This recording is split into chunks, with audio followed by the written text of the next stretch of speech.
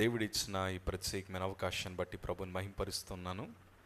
అలాగే నన్ను ఈ స్థలానికి ప్రేమతో ఆహ్వానించిన దైవజనులకు నా నిండు వందనాలు, వారి కుటుంబానికి, అలాగే సంఘ పెద్దలకు, అలాగే కూడి ఉన్న దేవుని పిల్లలని మీ అందరికీ కూడా నా హృదయపూర్వక వందనాలు తెలియజేస్తాను. ప్రైజ్ లార్డ్, హల్లెలూయా. సో సమయం ఆలస్యం చేయకుండా ముందరకు వెళ్తాను. అందరం తల్ల వంచుదాం, చిన్న ప్రార్థన చేసుకుందాం. Thank you Jesus. మహాపరిశుద్ధ గొప్ప దేవానికి వందనాలు, ఆశ్చర్య కార్యములు జరిగించవాడానికి వందనాలు తండ్రి. మరొక మారి రాత్రికాల సమయాన్న నీ బిడ్డలతో మాట్లాడడానికి ఇచ్చిన ఈ చక్కటి తరుణాన్ని బట్టి నీకు వందనాలు తెలియజేస్తున్నా. ఇక్కడ నిలబడి నేను మాట్లాడితే ఎవరి జీవితాలు మారవు, కానీ మీరు మాట్లాడితేనే మా జీవితాలు మారతాయి. మాతో మీరు మాట్లాడండి, మమ్మల్ని బలపరచండి, క్షేమాన్ని మీరు మాకు ఇవ్వండి ప్రభా. తండ్రి, వినుచున్న వారిలో విశ్వాసాన్ని మీరు పుట్టించండి తండ్రి. ఏ బిడ్డలైతే ఉపవాస దినములుండి వారు ప్రార్థిస్తున్నారో వారి ప్రార్థనలకు తగిన ప్రతిఫలాలను మీరు దయచేయమని అడుగుచున్నా. ఆశగల ప్రాణాన్ని తృప్తిపరచగలిగిన దేవుడు గనక నీ బిడ్డలు ఏ ఆశలతో అయితే ఉన్నారో, ఏ ఆలోచనలతో అయితే ఉన్నారో ఆలోచనలు మీరు నెరవేర్చి స్థిరపరిచి తండ్రి నీ ఉన్నతమైన కృపను బిడ్డలకు అనుగ్రహించమని, క్షేమాన్ని దయచేయమని యేసు నామమున వేడుకుంటున్నాం పరమ తండ్రి, ఆమేన్. హల్లెలూయా, హల్లెలూయా. సో చక్కగా ఈ సంవత్సరం 2026 సంవత్సరంలో ప్రభువుని ఆరాధించడానికి, ప్రభువుని ఘనపరచడానికి దేవుడు చాలా ప్రత్యేకమైన అవకాశాన్ని మనకిచ్చారు. కొంచెం బేస్ తగ్గించింది బ్రదర్, అది హమ్మొస్తుంది. చెక్. సో మీరందరూ చాలా శ్రద్ధగా వింటున్నారని నేను భావిస్తున్నాను. అందరూ బాగున్నారండి? బాగున్నారా? హల్లెలూయా. మీ పక్కలు కూడా అడగండి ఒకసారి, బాగున్నారా అని. దేవునికి స్తోత్రం కలుగును గాక. హల్లెలూయా, హల్లెలూయా. సో దేవుడు మనల్ని కాచి కాపాడుతూ మరి చక్కగా ఈ స్థలంలో దేవుడు సజీవులుగా ప్రభు మనల్ని కూర్చోబెట్టాడు. వాస్తవానికి చెప్పాలంటే ఈ సమయాన్ని అనుభవించాలని ఎంతోమంది కోరుకున్నారు, కానీ వారి స్థలాల్లో లేరు. దేవుడి ఉచితమైన కృప. ఈ సంఘం ఒకటి నేను నమ్ముతాను, దేవుడు ఒకరోజు మనకు బ్రతకడానికి అవకాశం ఇచ్చాడంటే ఆయన ఆలోచనలు ఇంకా ఉన్నాయి, ఆయన ప్రణాళిక ఇంకా ఉంది. ఎందుకంటే ఎంతోమంది భౌభాగ్యాలు కలిగిన వారు, ఆస్తిపరులు, పేరు ప్రఖ్యాతలు కలిగిన వారు క్షణపాటులో కనుమరుగైపోతున్నా మన దగ్గర ఏమీ లేదన్న సంగతి ప్రభువుకు తెలుసు. అయినను మళ్ళీ ఇంకా ఇలా దాచుంచాడంటే రేపన్న రోజు మన జీవితాల్ని ఉన్నతమైన సాక్షులుగా, సాధనాలుగా నా ప్రభు వాడుకోబోతున్నాడు. దేవునికి స్తోత్రం కలుగును గాక. హల్లెలూయా. సో చాలా క్లుప్తంగా కొన్ని మాటలు నేను చెప్పి నేను చాలా త్వరగా ముగిస్తాను. దేవుని వాక్యంలో ఒక చిన్న సందర్భాన్ని నేను చెప్పి నా సాక్ష్యంలోకి వెళ్తాను. దానియేలు గ్రంథము 5వ అధ్యాయము,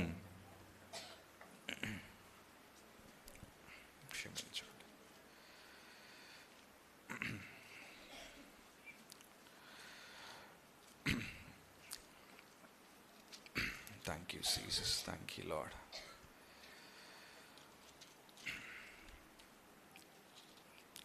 క్షమించాలి. దానియేలు గ్రంథము 2వ అధ్యాయము 17వ మాట నుంచి మనం చదువుదాం.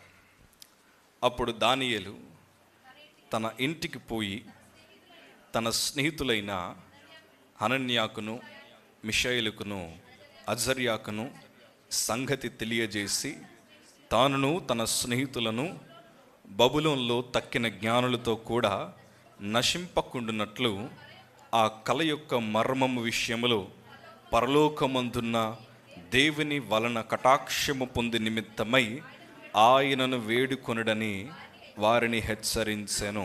దేవునికి స్తోత్రం కలుగునుగాక. హల్లెలూయా, హల్లెలూయా. ఈ సందర్భాన్ని మనం చూస్తే మనకు బాగా తెలుసు. దానియేలులో ఆ గ్రంథములు అతి ప్రాముఖ్యమైన పేర్లు ఒకటి దానియేలు, తర్వాత మిగతా ముగ్గురు షడ్రక్, మేషక్, అబేద్నెగోలు. ఈ నలుగురు ప్రస్తావన చాలా ఎక్కువ కనిపిస్తూ ఉంటుంది. వారి జీవితాలు అనేక మందికి ఆదర్శవంతంగా ఉంటూ ఉన్నాయి. ఈరోజు ప్రార్థిస్తున్న మీతో ఈ మాటలు నేను పంచుకోవాలని ఆశపడుతున్నాను. ప్రార్థన అంత శక్తివంతమైన ఆయుధము మరొకటి లేదు. దేవునికి స్తోత్రం కలుగునుగాక. ఇక్కడ ఈ సందర్భం ఎట్లాంటిదంటే, ఈ నెబుకద్నెజరు జీవితంలో ఒక కల వచ్చింది. మీ అందరికీ కూడా ఏమొస్తాయి? కలలు వస్తూ ఉంటాయి. కొన్ని కలలు మనల్ని సంతోషపరుస్తాయి, కొన్ని కలలు మనల్ని కలవరపరుస్తాయి. ఉదాహరణకి చెప్తాను, ఎవరన్నా చనిపోయినట్టు మనకు కల వచ్చిందనుకోండి, లేకపోతే ఏదన్నా పాముతో కూడిన కల వచ్చిందనుకోండి, రకరకాల వింతైన జంతువులు కలిగిన కల వచ్చిందనుకోండి, ఎండిపోయిన భూమి లేకపోతే రకరకాల జంతువులు కళ్ళలోకి వస్తే ఆ కళలు మనల్ని ఏం చేస్తాయి? చాలా కలవరపరుస్తాయి. దైవజనులకు మనం ఫోన్ చేసి అంటాం, అయ్యా నాకు రాత్రులు అసలు నిద్ర పట్టట్లేదు, ఎందుకంటే రిపీటెడ్గా పద్దాక అదే కల వస్తుంది, నా కుటుంబానికి ఏమైపోద్దన్న భయము. కొన్నిసార్లు మనకి మంచి కళలు వస్తూ ఉంటాయి. ఆ కళలు ఏంటంటే, మనం నడుస్తున్నప్పుడు పైనుంచి ఒక ₹1,00,00,000 బ్యాగ్ గల రోడ్డు మీద పడగానే అది మనదే, మన పేరే దాని మీద రాసిందనుకోండి, మనం ఎంత సంతోషపడతామంటే, ప్రభా ఇది ఇప్పుడు నెరవేరుస్తావు అని ప్రార్థిస్తూ ఉంటాం. కొన్ని కళలు మనల్ని సంతోషపరుస్తూ ఉంటాయి. ఈ సంగమ ప్రభు మనతో అనేక విధాలుగా మాట్లాడుతూ ఉంటాడు. ఇక్కడ ఈ రాజు అయిన నెబుకద్నెజర్ జీవితంలో వచ్చిన కళ ఏంటంటే, ఆ కళ అతన్ని కలవరపరిచింది. అతడికి నిద్ర లేదు, మనశ్శాంతి లేదు. ఇతని ఆలోచన అంతా ఏంటంటే, ఇంతకీ నాకు వచ్చిన కళ ఏంటో కూడా ఆయన మర్చిపోయాడు. కానీ ఆ కళ ద్వారా వచ్చిన భయం మాత్రం ఇంకా ఆయన జీవితంలోనే ఉంది. ఆయన భయపడుతూ అందరినీ పిలిపించాడు. ఎందుకంటే రాజుగారి చుట్టూ పొగిడేవారు చాలామంది ఉంటారు. అయ్యా మీరు పలానా రోజే బయటికి వెళ్ళాలి, బయటికి వెళ్తే మీకు అదృష్టం ఉంటుందని ఇట్లాంటివి చెప్పేవాళ్ళు చాలామంది ఉంటారు. రాజుగారు ఏదన్నా భవనం కట్టాలంటే, అయ్యా ఇటువైపు పెట్టకండి కిటికీ, మీరు కుబేరులు అవ్వాలంటే కిటికీ అటువైపు ఉండాలని రాజుగారికి చెప్పేవాళ్ళు చాలామంది ఉంటారు. బహుశా వీళ్ళందరూ ఉన్నారు కాబట్టి రాజుగారు అనుకున్నారు, వీళ్ళందరూ చాలా తెలివైన వారు, వీళ్ళందరూ చాలా ఉన్నతమైన జ్ఞానవంతులని రాజుగారు వారందరినీ పిలిపించి అన్నారు, అయ్యా నాకు కల వచ్చింది, ఆ కల నన్ను కలవరపరుస్తుంది, నిద్రలేని రాత్రులు గడుపుతున్నాను, ఎందుకో తెలీదు రాజు సింహాసనం మీద కూర్చున్నా నేను భయపడుతున్నానని రాజు తన భయాన్ని వివరిస్తూ అంటున్నాడు, మీరు నాకు కల భావాన్ని చెప్పాలన్నారు. చెప్పమనగానే చుట్టూ ఉండేవారు అన్నారు, అయ్యా మీరు కల వివరించేయండి, మేము టకటకమంటూ అన్నీ చెప్పేస్తాం, మీకే కల వచ్చిందో చెప్పండి, అన్నీ మేము వివరిస్తామని రాజుగారితో మాట్లాడితే రాజుగారు అన్నారు, అయ్యా నాకు కల గుర్తు లేదు కానీ ఆ భయము నాలో ఉంది. ఇప్పుడు మీరు ఏం చెప్పాలంటే, ఎంతకాలము నాకేదోటి చెప్తూ వచ్చారు కదా, మీరు తెలివైన వారు అన్న సంగతి నాకు తెలుసు, ఇప్పుడు నాకు మీరేం వివరించాలంటే, నాకు వచ్చిన కళ, ఆ కళ భావాన్ని కూడా వివరించాలగానే వీళ్ళందరూ నోటంట మాట లేదు. ఎందుకంటే ప్రతి నటనకు ఒక ముగింపు వస్తుంది. ఇప్పటిదాకా వారు తెలివైన వారుగా అన్నీ మాకే తెలుసు, మేము జ్ఞానవంతులము, మేము నక్షత్రాలు చూస్తాం, లేకపోతే వాస్తు చూస్తాం, రకరకాల మాటలు వారు మాట్లాడుండొచ్చేమో, కానీ ఇప్పుడు వారి ఆటలు కొనసాగట్లేదు. రాజుగారి కోపం వచ్చింది. ఎందుకు కోపం వచ్చిందంటే, అంతకు ముందర వాడు ఎన్నో కబుర్లు చెప్పుండొచ్చు, రాజా మేము ఉన్నాం, మేము చూసుకుంటాం అన్నట్లు మాట్లాడుండొచ్చు. ఇప్పుడు అసలైన సందర్భం వచ్చింది, ఎవరి నోటంట ఒక్క మాట కూడా రావట్లేదు. ఈ సంఘమా కళ చెప్పలేకపోతున్నారు.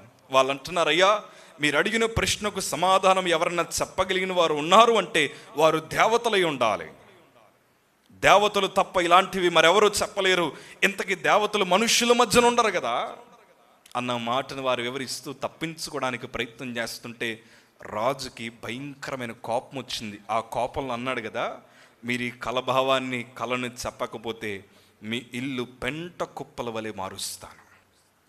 కొన్ని ప్రశ్నలకు మనకి సమాధానం ఉండదు, కొన్ని ప్రశ్నలకు మన దగ్గర పరిష్కారం ఉండదు, కొన్ని సమస్యలకు మనం ఎంత ప్రయత్నం చేసినా ఎటు పోవాలో మనకి తెలియదు. కానీ ప్రియ సంగమా, దేవుడు తన పిల్లలను వాడుకోగలిగిన దేవుడు ఆయన. దేవునికి స్తోత్రం కలుగును గాక. ఆ రోజు దానియేలుకి వర్తమానం అందింది. ఈ సందర్భం అంతా మీకు ఎందుకు చెప్పానంటే, క్రైస్తవుడు బాధ్యతని జ్ఞాపకం చేస్తున్నాను. శోధనల మధ్య ఉన్నప్పుడు, శ్రమల మధ్య ఉన్నప్పుడు, మన చుట్టూ రకరకాల వాతావరణాలు కనిపిస్తున్నప్పుడు, ప్రపంచం నాశనమైపోతున్నప్పుడు ఒక క్రైస్తవుడు ఏం చెయ్యాలో, ఏం చేస్తే దేశము, గ్రామము, సమాజం బాగుపడుతుందో ఈ రాత్రి ఆ మాటలు చెప్పడానికి ఇష్టపడుతున్నాను. ఎప్పుడైతే ఈ వార్త దానియేలుకి వినబడిందో, ఆ ముగ్గురిని పోగు చేసుకొని గదిలోకి పోయి అంటున్నాడు, అయ్యా ఎవ్వరు నశించిపోకూడదు, మనం ప్రార్థిద్దాం. ఎప్పుడైతే వారు ప్రార్థించారో, నిజమే ప్రార్థనలు వినగలిగిన దేవుడు మన దేవుడు. దేవునికి స్తోత్రం కలుగును గాక. మనుష్యులకు అంతు చిక్కని వాటిని కూడా పరిష్కరించగలిగిన సామర్థ్యత ప్రభువుకుంది. ఆ పరిష్కారాలు మనకి ప్రార్థనలోనే దొరుకుతాయి. దేవునికి స్తోత్రం కలుగును గాక. అందుకే ప్రతి క్రైస్తవుడు ఏం చేయాలంటే, ప్రార్థన అనుభవాలు కలిగిన వారుగా ఉండాలి. అది నా ఉద్దేశం. సమస్యలు వచ్చినప్పుడు గలిబిలైపోతాం, ఎటు పోవాలో మనకు తెలియదు, పరిష్కారం ఏంటో మనకు తెలియదు. ఏం చేయాలో అర్థం కాక చాలామంది మనుషుల మీద ఆధారపడతారు. కానీ వాస్తవానికి ఒక క్రైస్తవుడు దేని మీద ఆధారపడాలంటే ప్రార్థన మీద ఆధారపడాలి. దేవునికి స్తోత్రం కలుగును గాక. మరి ఈ సంఘమా మొత్తం ఆ నలుగురు కలిసి ప్రార్థించడం ప్రారంభించారు. కలిసి ప్రార్థిస్తే ఎంత ఉజ్జీవమో, కలిసి మోకాళ్ళు వేస్తే ఎంత బలాన్ని మనం పొందుకుంటామో, కలిసి ప్రార్థిస్తే ఆ ఐక్యతలో దేవుడి ఉజ్జీవం చాలా బలంగా మన కుటుంబాల్లో పనిచేస్తుంది, కనిపిస్తుంది కూడా. ఈరోజు లోటుపాట్లంతా ఎక్కడంటే కలిసి ప్రార్థించే అనుభవాలు కనిపించట్లేదు. ఒంటరిగా ప్రభు సన్నిధిలో ప్రార్థించే అనుభవాలు కనిపించట్లేదు. అవసరం కోసం చేసే ప్రార్థనలు ఎక్కువైపోయాయి ఇప్పుడు. దేనికోసం? అవసరాల కోసం చేసే ప్రార్థన. ప్రియ సంఘమా, అలా చేయొద్దన్న ఉద్దేశం కాదు. మనం ఎన్నోసార్లు ప్రభు దగ్గర ప్రార్థిస్తూ ఉంటాం. కానీ ఒకటి, ఆ ప్రార్థన లేకపోతే మేము ఉండలేము అన్న మనస్సు మనం కలిగి ఉండాలి. దేవునికి స్తోత్రం కలుగును గాక. వారు ఎప్పుడైతే ప్రార్థించారో ప్రభు పరిష్కారాన్ని వారి మధ్యకు దేవుడు పంపించాడు. దేవునికి స్తోత్రం కలుగును గాక. ఈరోజు ఈ ఉపవాస ప్రార్థనలు కావచ్చు, ఈరోజు ప్రార్థనలు కావచ్చు, పరిష్కారం కోసం చాలామంది ఎదురు చూస్తున్నారు. ఎందుకంటే మన బలము, మన జ్ఞానము, మన శక్తి అప్పటికి సరిపోదండి. మనకు విజయం రావాలంటే ఖచ్చితంగా మనం ప్రార్థించాలి. ఎంతసేపు చేస్తున్నామన్నది ప్రాముఖ్యం కాదు, కానీ ఏ మనసుతో మనం చేస్తున్నామన్నది చాలా ప్రాముఖ్యమైంది.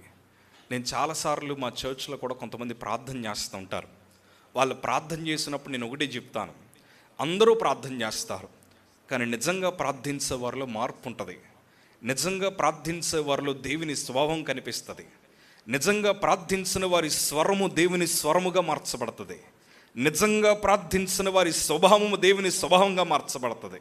ఎందుకు ఈ మాట అంటున్నానంటే, మీ పిల్లల్ని పుట్టగానే అమెరికా పంపించండి, వాళ్ళకి తెలుగు వచ్చింది అంటారా?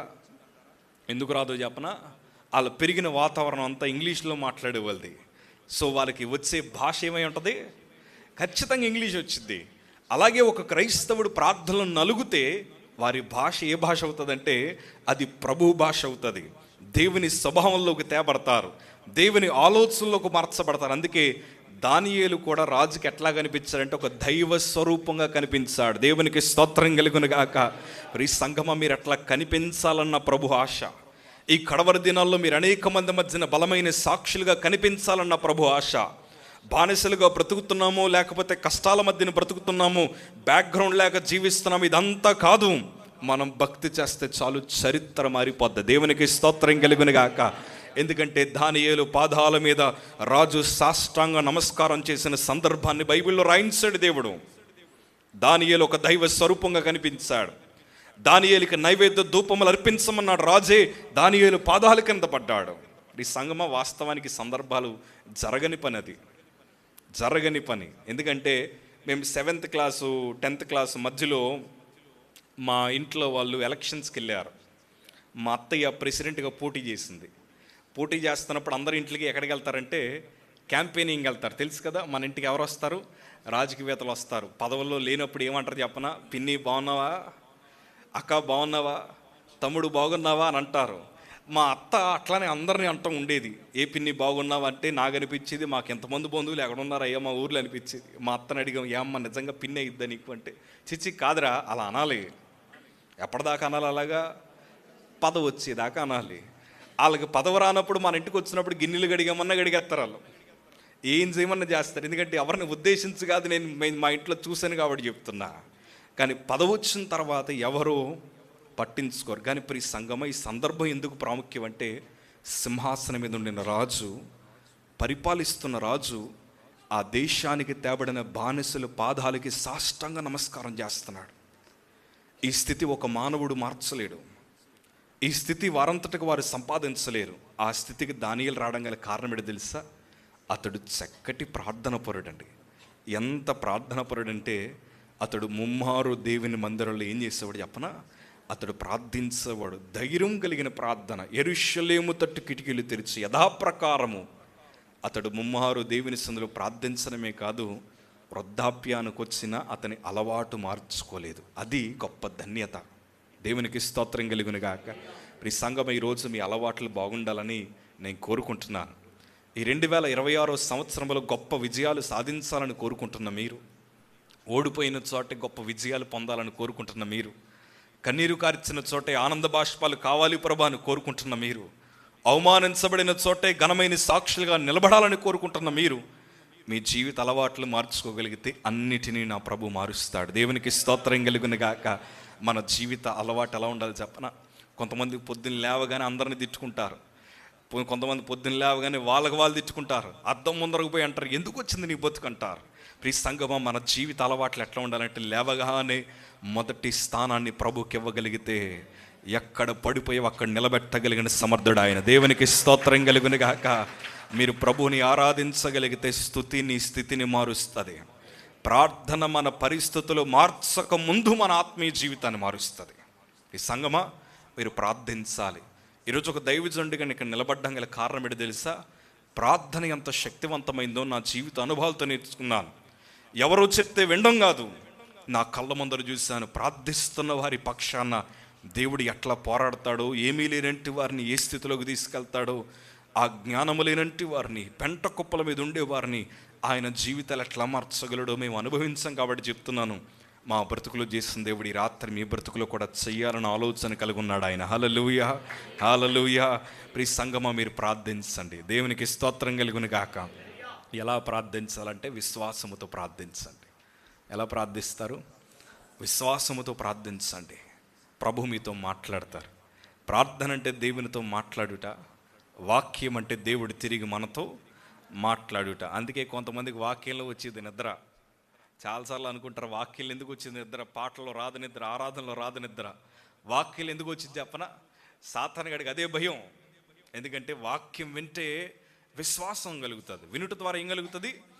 విశ్వాసం క్రియలోకి వచ్చింది అనుకోండి, విశ్వాస వీరులుగా మార్చబడతాం. దేవునికి స్తోత్రం కలుగును గాక. మన విశ్వాస వీరులుగా మార్చబడకూడదని కోరుకున్నవాడే అపవాది. ఎందుకంటే అగ్ని బాణములు చల్లారుస్తామని వాడికి తెలుసు, సాహస కార్యములు ప్రభు మన ద్వారా జరిగిస్తాడని తెలుసు, అయ్యా మనం బలహీనులుగా ఉండి బలపరచబడతామని వాడికి తెలుసు. అందుకే ఏం వినొద్దు అంటాడు చెప్పనవాడు? వాక్యం వినకండి అంటాడు. కానీ మీరు అందరూ చాలా చక్కగా వింటున్నారు. ఈ 2026 సంవత్సరములో గొప్ప సాక్ష్యాలు ఈ మందిరాలు నా ప్రభు వినిపించబోతున్నారు. దేవునికి స్తోత్రం కలుగును గాక. హల్లెలూయా. సో దేవుని కృప, నేను 2014 ఆగస్టు 4వ తారీఖున ప్రభు సేవకుడిగా అభిషేకించబడ్డాను. నేను చిన్నప్పుడు చాలా కలలు కన్నాను. మా టీచర్ గారు కూడా అడిగేవారు, పెద్దయ్యకి ఏమవుతాయి అంటే, ఆటోలో వెళ్తున్నప్పుడు ఆటో డ్రైవర్ అవ్వాలనిపించేది, పైన విమానం వెళ్ళిపోతుంటే పైలట్ అవ్వాలనిపించేది, బయట పోలీసు వాళ్ళు కనిపిస్తే పోలీస్ అవ్వాలనిపించేది. కానీ సేవకుల కుటుంబంలో పుట్టిన సేవకుడు అవ్వాలని ఎప్పుడూ అనుకోలేదు. అందుకే ఊహకు మించిన కార్యములు జరిగిస్తానన్న దేవాది దేవుడు ఈరోజు సత్యాన్ని ప్రకటించే అవకాశాన్ని ప్రభు మాకు ఇచ్చారు. దేవునికి స్తోత్రం కలుగునుగా. సో మేము పుట్టక ముందు నుంచి మా తల్లిదండ్రులు సేవకులే. ప్రభు కృపను బట్టి మేము పెద్ద దూరస్తులమేం కాదు. మా మావయ్యలు కూడా ఇక్కడే ఉంటారు. మరి కరుణాకర్ గారు మా మావయ్య, సురేష్ గారు మా మావయ్య, తర్వాత పెనుగొండలో పరిచర్య చేస్తున్న సుధాకర్ గారు కూడా మా మావయ్యే. మా అమ్మగారు కూడా ఇక్కడామే. సో సిద్ధాంతంలో ఉండేది మా మమ్మీ, అక్కడ వివాహం చేసుకొని కాకినాడ వచ్చేసింది మా అమ్మ. వచ్చిన తర్వాత మాలాంటి సేవకులను తయారు చేసుకోగలిగింది ఆమె. దేవునికి స్తోత్రం కలుగును గాక. హల్లెలూయా. మనుషులు ఎంత దూరం వెళ్ళినా దేవుడు మాత్రం అలా వెనకాల ఉంటాడన్నది నిదర్శనం అదే. ప్రార్థన మనతో ఉంటే చాలు, పరిస్థితులన్నీ మారుతాయి. దేవునికి స్తోత్రం కలుగును గాక. సో దేవుని కృపను బట్టి మా తల్లిగారు మా తండ్రి గారు వాకలిపడిన గ్రామంలో పరిచర్య ప్రారంభించారు. మా ఊరు సముద్రానికి బాగా దగ్గర కాకినాడలో. మీకు కొంచెం ఐడియాకి రావడానికి చెప్తున్నాను. ఉప్పాడ తెలుసు కదా మీకు, తల్లులకు బాగా తెలుసు. ఉప్పాడ పొట్టు అంటే ఎంత ఇష్టం మీరు అడిగి ఉంటారేమో నాకు తెలుసు డిసెంబర్లో. సో ఉప్పాడికి మాకు ఒక 7 కిలోమీటర్ల దూరం అంతే, చాలా దగ్గర. సో మాది సముద్రానికి బాగా దగ్గర అన్నమాట, కోస్టల్ ఏరియా మాది. ఆ ప్రాంతంలో పరిచర్య ప్రారంభించినప్పుడు మాకు అప్పుడు స్థలం లేదు, సంఘం లేదు. మొత్తం ఆ ప్రాంతం అంతా నిర్మానుష్యంగా ఉండేది. మా ఊర్లో అందరూ మత్స్యకారులు. ఆ ప్రాంతాలన్నీ టైరు పాకలు ఉండేవి. ఆ పరిస్థితుల మధ్యన మా తల్లిదండ్రులు పరిచర్య ప్రారంభించాక మాకు వస్తున్న సంఘస్థులు 2-3 మాత్రమే. ఆ 2-3 మధ్యన దేవుని పరిచర్య ప్రారంభించి ప్రతి ఆదివారం ఎవరొకరు ఇంటి గుమ్మాల దగ్గర దేవుని ఆరాధన జరిగిస్తూ ప్రభు అంటే చాలా ఇష్టపడి నమ్మకంతో పరిచర్య చేయడం ప్రారంభించారు. దేవుని కృపను బట్టి ఒకరోజు ఒక దైవజనురాలు మా తల్లిగారి దగ్గరికి వచ్చి, అమ్మ ప్రభు మీకు ఒక అబ్బాయిని ఇస్తున్నాడు, అబ్బాయిని దేవుడు అనేక ప్రాంతాల్లో దేశీ విదేశాల్లో ప్రభు వాడుకుంటాడని చెప్పగానే మా తల్లికి సేవ అంటే చాలా ప్రేమ. మా తల్లి ప్రార్థించింది, ప్రభా అబ్బాయి పుట్టినా పర్లేదు, అమ్మాయి పుట్టినా పర్లేదు, ఎంతమంది పుట్టినా వారందరినీ నీ పరిచర్యకి ఇస్తారని మా తల్లి మొక్కుకుంది. దేవుని కృపను బట్టి నేను పుట్టడం జరిగింది. నా తర్వాత ఇద్దరు చెల్లెలు పుట్టారు. నాకు స్టువర్ట్పురం సుధాకర్ గారు ఒక మంచి దైవజనుడు నాకు జోషి ప్రశాంత్ అని పేరు పెట్టారు. నా తర్వాత ఇద్దరు చెల్లెలు బ్లాండీ బ్లెస్సీ, వారిద్దరు పేర్లు. సో మాకు వచ్చిన తర్వాత మా తల్లి మాకు బోధించిన సువార్త, అయ్యా నేను మిమ్మల్ని సేవకి సమర్పించాను, మేము సేవకులం కాబట్టి మీరు మా వెనకాల సేవ చేస్తారేమో, అట్లా కాదు. ఎందుకంటే ప్రభు పిలిచినప్పుడే ఎక్కడికి రావాలి? పరిచర్యకి రావాలి. అప్పటిదాకా మీరు ఏం చేయాలంటే దేవుని మందిరములో ఏ పని అయితే చేయాలో అన్ని పనులు నేర్చుకోమన్నారు. ఎందుకంటే పిలుపు లేని సేవలో ఉజ్జీవం కనిపించదు, వాళ్ళే కనిపిస్తారు. పిలుపు లేని సేవలో పరిశుద్ధత కనిపించదు, పనికిమాలి అన్నీ కనిపిస్తాయి. పిలుపు లేని సేవలో దేవుని ప్రణాళిక కనిపించదు, మనుషుల ఆలోచనలు కనిపిస్తాయి. అందుకే మా తల్లి అంది, ప్రభు మిమ్మల్ని ఎప్పుడు పిలుస్తాడో నాకు తెలియదు కానీ ఖచ్చితంగా పిలుస్తాడు. అప్పటిదాకా పరిచర్య నేర్చుకోమన్నారు. నాది వాయిద్యాల పరిచర్య, మా చెల్లెలిద్దరిది పాటలు పాడే పరిచర్య. మనిషి జీవితంలో కష్టాలు లేకుండా ఉండవు కదండి. కష్టాలు ఖచ్చితంగా ప్రతి మనిషి జీవితంలో ఉంటానే ఉంటాయి. సో మాకు కష్టాలు ప్రారంభించబడ్డాయి. ఆ కష్టాలు ఏంటంటే, మేము యేసు ప్రభు నమ్ముకున్నామని మా ఇంట్లో వారు మాకు వ్యతిరేకమయ్యారు. మా ఇంట్లో 2 పడవలు ఉన్నాయి. ఆ 2 పడవలు ఏంటంటే, మా తల్లిగారి తరపులందరూ ప్రభు సేవకులైతే మా నాన్నగారి తరపులేం ప్రజా సేవకులు. వాళ్ళిద్దరి మధ్యన పుట్టిన ఒకే ఒక అబ్బాయి నేను. ప్రస్తుతానికి మా ఇంటి పేరుకి ఇంక అబ్బాయిలు ఎవరు లేరు. సో అందరి కనుదృష్టి నా మీదే ఉండేది. మన వాక్యం చెప్తుంది కదా, దుష్ట సాంగత్యము మంచి నడవడికని చెడుపును అన్నట్లు అందరి మధ్యన ఉంటే లేనిపోని ఆలోచనలు వస్తాయేమో, చెడిపోతారేమో పిల్లని మా అమ్మ ప్రార్థన చేసింది. ఆ ప్రార్థన విన్న దేవుడు ఒక చిన్న స్థలం ఇస్తే ఆ స్థలంలో పాకమందిరాన్ని కట్టుకున్నాం మేము.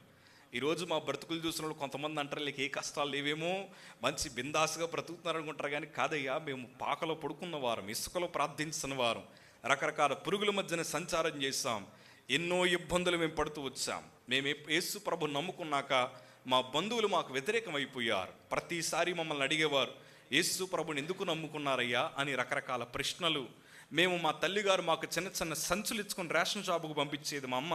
అక్కడికి వెళ్ళిన తర్వాత మా బంధువులు అనేవారు, ఇదిగో హల్లెలూయా బ్యాచ్ వచ్చింది, ఇదిగో ఇదిగో ముసుగేసుకున్న వారు వచ్చారు, ఇదిగో అని యేసు ప్రభు పాటలు వెటకారంగా పాడుతూ మమ్మల్ని ఒక మాట అనేవారు, ఎరా మీ మమ్మీ మీ డాడీ ఇంటింటికి పోయి అడుక్కు తింటారు కదా, మీకు బియ్యానికి ఏం తక్కువ వచ్చాయి, మీకు కూరగాయలకి ఏం తక్కువ వచ్చాయని ఎగతాళి చేస్తూ ఉండేవారు. యేసు ప్రభుని నమ్ముకున్నందుకు అవమానపరుస్తూ ఉండేవారు. మా ఇంటికి వెళ్ళి మా తల్లిగారిని అడిగేవాళ్ళం, ఏమా మన అడుక్కు తినేవారమా అని. అంటే మా తల్లి చెప్పిన స్వార్థ ఏంటంటే, వారు ఎవరికి సత్యం తెలియదు కాబట్టి మీరు వారిని క్షమించాలి అన్న బోధ మాకు చేశారు. దేవునికి స్తోత్రం కలుగునుగాక. ప్రతి సంగమం మిమ్మల్ని అవమానించవచ్చు, మిమ్మల్ని తక్కువగా చూసుండొచ్చు, మందిరానికి వెళ్తున్నప్పుడు పలు రకాలుగా ఎంతోమంది మాట్లాడవచ్చు, కానీ మీరు అప్పుడు మౌనంగా ఉండిపోండి. ఎందుకంటే మీ సాక్ష్యం వారితో మాట్లాడేలాగా దేవుడు చేస్తాడు. దేవునికి స్తోత్రం కలుగునుగాక. ఆ పరిస్థితుల మధ్యన ఒకవైపు బంధువుల మధ్యన అవమానం పొందుతూ ఉండేవాళ్ళం, మరొక వైపు స్కూల్కి వేశారు నన్ను. ఎందుకంటే నేను ఒక్కడిని అబ్బాయిని కదా, నేను బాగా చదవాలి, తల్లిదండ్రులు పోషించడానికి కాదు, కానీ నేను బాగా చదివితే దేవుడు ఏ దేశానికి పంపిస్తాడో, ఏ రాష్ట్రానికి పంపిస్తాడో తెలియదు కనుక ఎక్కడికి వెళ్ళినా ప్రభువు పరిచర్య బలంగా చేయాలి, భాష అడ్డు రాకూడదన్న ఒకే ఒక ఉద్దేశంతో మా తల్లిగారు మా తండ్రి గారు నన్ను ఒక ఉన్నతమైన స్కూల్లో వేశారు. పెద్ద పిల్లలందరూ పెద్దోళ్ళు పిల్లలందరూ పెద్ద స్కూల్లోనే చదువుతారు, ఎందుకంటే ప్రెస్టేజ్ ఇష్యూ కదా. మేము స్కూల్కి వెళ్ళిన తర్వాత అక్కడ చూడని వాతావరణం కూడా చూసాం. అక్కడ నా అనుభవం ఏంటో తెలుసా, ధనవంతులు బీదవారితో సహవాసం చేయరని అక్కడికి వెళ్ళాక అర్థమైంది. మీరు చెప్తే నమ్మరు, 7వ తరగతి దాకా నాకు సరైన స్నేహితులు ఎవరు లేరు. నా పక్కన ఎవరు కూర్చోవడానికి ఇష్టపడేవారు కాదు, ఎందుకంటే మా దగ్గర ధనము లేదని. నిజమే, డబ్బుంటే ఎంత తాగుబోతుడైనా మనుషులు ప్రేమిస్తారు. అదే మంచోడైతే, వాడు బీదవాడైతే వాడి పక్కన కూర్చోడానికి కాదు కదా, వారి పేరు కూడా మనుషులు గుర్తుపెట్టుకోరు. మనిషి స్వభావం అలాంటిది. కానీ మన ప్రభువులు ఉండే గొప్పతనం ఏంటో తెలుసా, ఆ పెంట కుప్పల మీద ఉండేవారు ఆయనకు కావాలి, ఆ దీన దరిద్రులే ప్రభు కావాలి. ఎందుకంటే వారందరినీ గొప్ప సాక్షులుగా దేవుడు నిలబెడతాడు. దేవునికి స్తోత్రం కలుగునుగాక. ప్రియ సంగమా, ఎవరో వదిలేశారని, ఎవరో పట్టించుకోవట్లేదని పద్దాక దానికోసం ఆలోచించి ప్రభు మీకోసం దాచుంచిన బహుమానాలకు దూరం అవ్వకండి. వదిలేసేవారిని వదిలేనివ్వండి, తృణీకరించేవారిని తృణీకరించనివ్వండి. మిమ్మల్ని పట్టుకోవడానికి ప్రభు సిద్ధంగా ఉన్నప్పుడు ఆలోచనలు ఎందుకు ఇంకా? సో దేవుని కృప, మా తల్లి మాత్రం మాకు సువార్తే బోధించేది. అట్లా మా జీవితాల ముందర కొనసాగుతూ వెళ్తూ ఉన్నాయి. దేవుని మందిరము, స్కూలు తప్ప మాకు వేరే ప్రపంచం లేదు. చక్కగా మాకు ఎవరు మమ్మల్ని ఇంటికి కూడా ఇన్వైట్ చేసేవారు కాదు. మేము అప్పుడప్పుడు సెలవులకు ఎక్కడికే వస్తూ ఉండేవాళ్ళం, పెనుగొండ వెళ్ళే వాళ్ళం ఎక్కువ. మొత్తం సెలవులకి పిల్లలందరూ కలిసి అక్కడే ఉండేవాళ్ళం. మిగతా టైంలో మా నాన్నగారి తరపులు ఎవరు మమ్మల్ని ఇంటికి పిలిచేవారు కాదు, ఫంక్షన్లు జరిగినా పిలిచేవారు కాదు. ఎందుకంటే మాకేదో అంటువ్యాధి వచ్చిందని కాదు, కానీ మేము క్రైస్తవులమని మమ్మల్ని ఇంటికి కూడా పిలవడం మానేశారు. ఓ రోజు మా నాన్నమ్మ గారు కలర్ టీవీ కొనుక్కుందామే. కలర్ టీవీ అంటే అప్పుడు చాలా ఎక్కువ. అప్పట్లో మేమందరం చూడడానికి వెళ్ళాం. మా వీధిలో పిల్లలందరూ కలిసి మా ముగ్గురిని మా ఇంట్లోకి రానివ్వలేదు. ఆ ఇంట్లోకి మా చెల్లెల్ని నన్ను కూడా కాలు తుడుచుకునే గోని సంచుల దగ్గర నిలబెట్టేశారు. అయినా పర్లేదులే, మన ఇంట్లో వల్లే కదా అని ఆ టీవీని చూడడానికి ఇష్టపడుతూ ఉంటే మా నాన్నమ్మ గారు మమ్మల్ని అన్న మాట్లాడి తెలుసా, చిచ్చి కుక్కలు వచ్చాయి అవతలకు పోండని మమ్మల్ని తిట్టేది. అయినా కానీ మా ఇంటికి వచ్చి మమ్మీ మమ్మల్ని కుక్కలమా అంటే మా తల్లి అనేది పెద్దోళ్ళు కదరా, ఏమన్నా కానీ అది మనకి దీవినే అంటూ ఉండేది. దేవునికి స్తోత్రం కలుగును గాక. ప్రియ సంగమా, క్రైస్తవుడికి ఓర్పు చాలా అవసరం అని ప్రభువు వాక్యం సెలవిస్తుంది. ఓర్పు చాలా అవసరం. మనకు కోపం వస్తే వెంటనే ఏం జారిపోద్ది? మాట జారిపోద్ది. నేను అందుకే నా జీవితంలో ఒక రూల్స్ పెట్టుకుంటాను. నేను సంతోషం వచ్చినప్పుడు ఏ ప్రమాణాలు చేయను, నేను దుఃఖం వచ్చినప్పుడు ఏ మాట వదలను. ఎందుకంటే ఈ రెండు విషయాలే మనుషుల్ని కంట్రోల్ తప్పేలాగా చేస్తుంది. సంతోషం వచ్చినప్పుడు అందరూ ప్రమాణాలు చేస్తారు, అది కొనేస్తాను ఇది కొనేస్తాను అది తీసుకొస్తానని. దుఃఖము బాధ ఉన్నప్పుడు ఏ మాట వదలను. ఎందుకంటే దుఃఖములు చాలా మాటలు వస్తాయి మనకి. ఆ రెండు మా ఇంట్లో రూల్స్ అన్నమాట. సో దేవుని కృప, మేము అట్లా పెరుగుతూ ఉండేవాళ్ళం. దేవుని కృపను బట్టి మా సంఘాన్ని దేవుడు దీవించాడు, ఇంకా బహుగా దీవించాడు. దీవెనంటే నా మెడలో, మా చెల్లి మెడలో లావు వంటి బంగారపు గొలుసు, మా ఇంటి ముందర కారు, పెద్ద 2 అంతస్తుల డాబా వచ్చేలేదు. దీవెని ఇప్పుడు మీరు ఆశతో పోల్చకండి. ఇప్పుడు ప్రస్తుతం చాలామంది దీవెనంటే దేవుడు నీకు అది ఇస్తాడు ఇది ఇస్తాడని చాలామంది మనల్ని మభ్యపరుస్తున్నారు. అస్సలైన దీవెన అది ఏదన్నా ఉంది అంటే అది మన భక్తే. దేవునికి స్తోత్రం కలుగును గాక. ఎందుకంటే దొంగోడికి మనకంటే ఎక్కువ వస్తుంది. అందుకే యోబు అన్నీ కోల్పోయినప్పుడు వారి స్నేహితులు అంటారు, నీ భక్తి నీకు ధైర్యం పుట్టింపదా? ఎందుకంటే అన్నీ కోల్పోయిన వారు కూడా ధైర్యం ఏంటి? మన భక్తే. దేవునికి స్తోత్రం కలుగును గాక. ప్రియ సంగమ, ప్రభు కృపను బట్టి ప్రభు మమ్మల్ని భక్తిలో దీవించాడు. అరుల్ రాజు అని ఒక మంచి దైవజనుడు మాకు వర్తమానం చెప్పడానికి వస్తూ ఉండేవారు. ఆ వర్తమానం చెప్తున్నప్పుడు ప్రతిసారి నన్ను ఎత్తి మీద చేసాను అనేవాడు, ప్రభు నేను ఎలీషాలా వాడుకుంటాడయ్యా అన్నారు. నేను సండే స్కూల్ పిల్లల్ని, యాక్టివ్ సండే స్కూల్ కిడ్. నాకు దావీదు గొల్లియాతు తప్ప ఎలీషా ఎవరో తెలియదు. మా తల్లిగారు ఎంత సంతోషం అంటే నాకు ఎలీషా కోసం బోధించడం ప్రారంభించారు. నేను అప్పుడు ఎంత రోషం వచ్చేసిందంటే, నాకు ప్రభు సన్నిధిలో కన్నీటి ప్రార్థన అలవాటు చేసుకున్నాను. నా చిన్న వయసు నుండి కన్నీటి ప్రార్థన అలవాటు నాకు. ప్రభు సన్నిధికి పోయి అడిగేవాడిని, తండ్రి నన్ను ఎలీషాలా వాడుకోయ్యా, నీకోసం రోషం కలిగిన వాడిగా స్వార్థ చెప్పాలి, నిర్మోహమాటంగా సత్యాన్ని ప్రకటించాలి, లోకాన్ని అనుసరించకుండా ఒక నిజమైన సేవకుడిగా నేను బ్రతకాలని ప్రభు సన్నిధిలో చిన్నప్పుడే మంచి తీర్మానాలు తీసుకున్నాను. దేవుని కృప అట్లాగా చదువుకుంటూ 7వ తరగతికి వచ్చేసాను. 7th క్లాస్లో మాకు సభలు జరుగుతున్నాయి. వాక్యాన్ని అందించడానికి జోష పట్టాభిగరణ దైవజనుడు వచ్చారు. ఆ దైవజనుడు వాక్యం చెప్తున్నారు. మా ఇంట్లో ఒక రూల్ ఉండేది, ప్రతి ఇంటికి రూల్స్ ఉండాలి. ఏముండాలండి? క్రైస్తవ కుటుంబాలకి రూల్స్ అండ్ రెగ్యులేషన్స్ ఖచ్చితంగా కుటుంబంలో ఉండాలి. సముద్రానికి ఇసుక సరిహద్దు ఎలాగో క్రైస్తవ కుటుంబాలకి రూల్స్ అండ్ రెగ్యులేషన్స్ అలా ఉండాలి. మా ఇంట్లో రూల్స్ అండ్ రెగ్యులేషన్స్ ఏంటంటే, మేము పరిచర్య బాగా చేసేవాళ్ళం. కొంతమంది పరిచర్య చేయకుండా దీవించబడాలని కోరుకుంటారు, కానీ పరిచర్య చేయాలి. కష్టపడే వారికి దేవుడు ఉన్నతమైన ప్రతిఫలాలు ఆయన అనుగ్రహిస్తారన్నట్లు మేము సేవకులు పిల్లలమైన వాళ్ళ పోస్టర్లు అంటించడానికి వెళ్తున్నప్పుడు వెనకాల మైదాపిండి క్యాన్లు పట్టుకొని మేము వెళ్ళిపోతూ ఉండేవాళ్ళం. సైకిల్ వెనకాల చక్కగా పాటల పుస్తకాలు పంచేవారం. ఇదే భుజాల మీద వాయిద్యాలు మోసుకుంటూ ఎన్నో వీధి కూటాలకు వెళ్ళాం. ప్రభు పరిచర్య బలంగా చేయడానికి ఇష్టపడుతూ ఉండేవాళ్ళం. కుర్చీలు మేమే వేసేవాళ్ళం, మా చేతులతో పెంటలు మేమే ఎత్తేవాళ్ళం. వేరే వాళ్ళు పరిచర్యకు వచ్చేస్తుంటే ముందుగానే వెళ్ళిపోయి చేసేవాళ్ళం. పరిచర్య అంటే అంత ఇష్టం. ఇప్పుడు గుర్తింపు లేకపోతే పరిచర్య చేయట్లేదు, ఐడెంటిటీ లేకపోతే పరిచర్య చేయట్లేదు, పొగడకపోతే పరిచర్య చేయట్లేదు. అందరికీ కనిపించే పరిచర్య చేయడానికి ఇష్టపడుతున్నారు, కానీ కనిపించలేని పరిచర్య చాలామంది చేయడానికి ఇష్టపడలేదు. మనుషులందరూ కనిపించాలి, అందరూ కావాలని అందరి ముందర బరువులు మోసుకుంటే వెళ్తారు. చుట్టూ ఉండే వాళ్ళు ఏమనుకోవాలి చెప్పనా, ఎంత పని చేస్తున్నారు అని. మనుషులకు కనిపించే పరిచర్య నేను అంటాను, అది పొగట్టక తప్ప దేనికి అస్సలు పనిచేయదు. మిమ్మల్ని ఉద్దేశించనట్లేదు, నా జీవితంలో మా తల్లి నాకు నేర్పించిన పాఠాలు మీతో పంచుకుంటున్నాను. కానీ మేము ఎంత పరిచర్య చేసినా దైవజనుడు వాక్యానికి స్టేజ్ మీద నిలబడే టైంకి అన్నీ వదిలేసి పరిగెట్టుకుంటూ వచ్చి ముందర లైన్లో కూర్చోవాలి. మేము ఎందుకు కూర్చోవాలి తెలుసా? మా ఇంటికి వెళ్ళాక మా అమ్మ మమ్మల్ని అడిగే మొదటి ప్రశ్న, ఈరోజు దేవుడు నీతో ఏం మాట్లాడాడు? దానికి మేము సరైన సమాధానం చెప్పకపోతే ఆ రోజు మా ఇంట్లో తిండి ఉండేది కాదు. ఇలాంటి రూల్స్ వాళ్ళ ఇంట్లో లేవు. నన్ను క్షమించండి ఈ మాటనందుకు. పిల్లలు తప్పుపోతున్నా వారు ఎందుకు తిరిగి రావట్లేదంటే, చిన్నప్పుడు వారికి కంచె వేయలేదు. వారు ఎదుగుతున్నప్పుడు చాలామంది ప్రేమ అంటే ఇచ్చేయడం అనుకుంటున్నారు. ప్రేమ అంటే అన్నీ ఇచ్చేస్తే ప్రేమ అనుకుంటున్నారు. అన్నీ ఇవ్వడం ప్రేమ కాదు. వారి బ్రతుకులను పాడు చేసి దాన్ని దూరపరచడమే అసలైన ప్రేమ. దేవునికి స్తోత్రం కలుగును గాక. మా తల్లి మమ్మల్ని అడుగుతుందని ప్రతి వాక్యం వినేవాళ్ళం. వినటం ద్వారా ఏం కలుగుతుంది? ఆ రోజు దైవజనుడు చెప్తున్న వాక్యం ఏంటంటే, ఈ రాత్రి నువ్వు రక్షణ లేకుండా చనిపోతే అగ్ని ఆరదు, పురుగు చావదు. నరకం కోసం చెప్తున్నాడు ఆయన. పైగా మా ఇల్లు సముద్రం దగ్గర. మా ఊరంతా చాలా నిర్మానుష్యంగా ఉండేది. మాకు హత్యలు ఎక్కువ జరిగేవి మా ఊర్లో. ఎందుకంటే సర్వే చెట్లు ఎక్కువ ఉండేవి. అప్పుడు సీసీ కెమెరాలు ఏమి ఉండేవి కాదు. కాబట్టి ఆ పడవలో ఉండేవారికి ఆ రోజు ఏమన్నా తోచకపోతే ఆ దారి గుండా వెళ్తున్న స్త్రీలను మానభంగం చేసి అక్కడే చంపేసి నగ్నంగా చెట్టు కట్టేసేవారు. చాలా క్రూరమైన ప్రాంతం, దొంగలు ఎక్కువ నివసించే ప్రాంతం అది. 6 దాటితే మేము బయటికి వెళ్ళే వాళ్ళం కాదు. ఎందుకంటే సముద్రంలో ఒకే ఒక పడవ ఉంటే ఎట్లా ఉంటుందో మా ఇల్లు అలా ఉంటుంది. ఆ ఒంటరి బ్రతుకులు జీవిస్తున్నాం మేము. కనీసం మేము చనిపోతే ఆదివారం వచ్చేదాకా మేము సత్యమో బతికమో ఎవడికి తెలియదు. అలా ఉండేది మా జీవితం.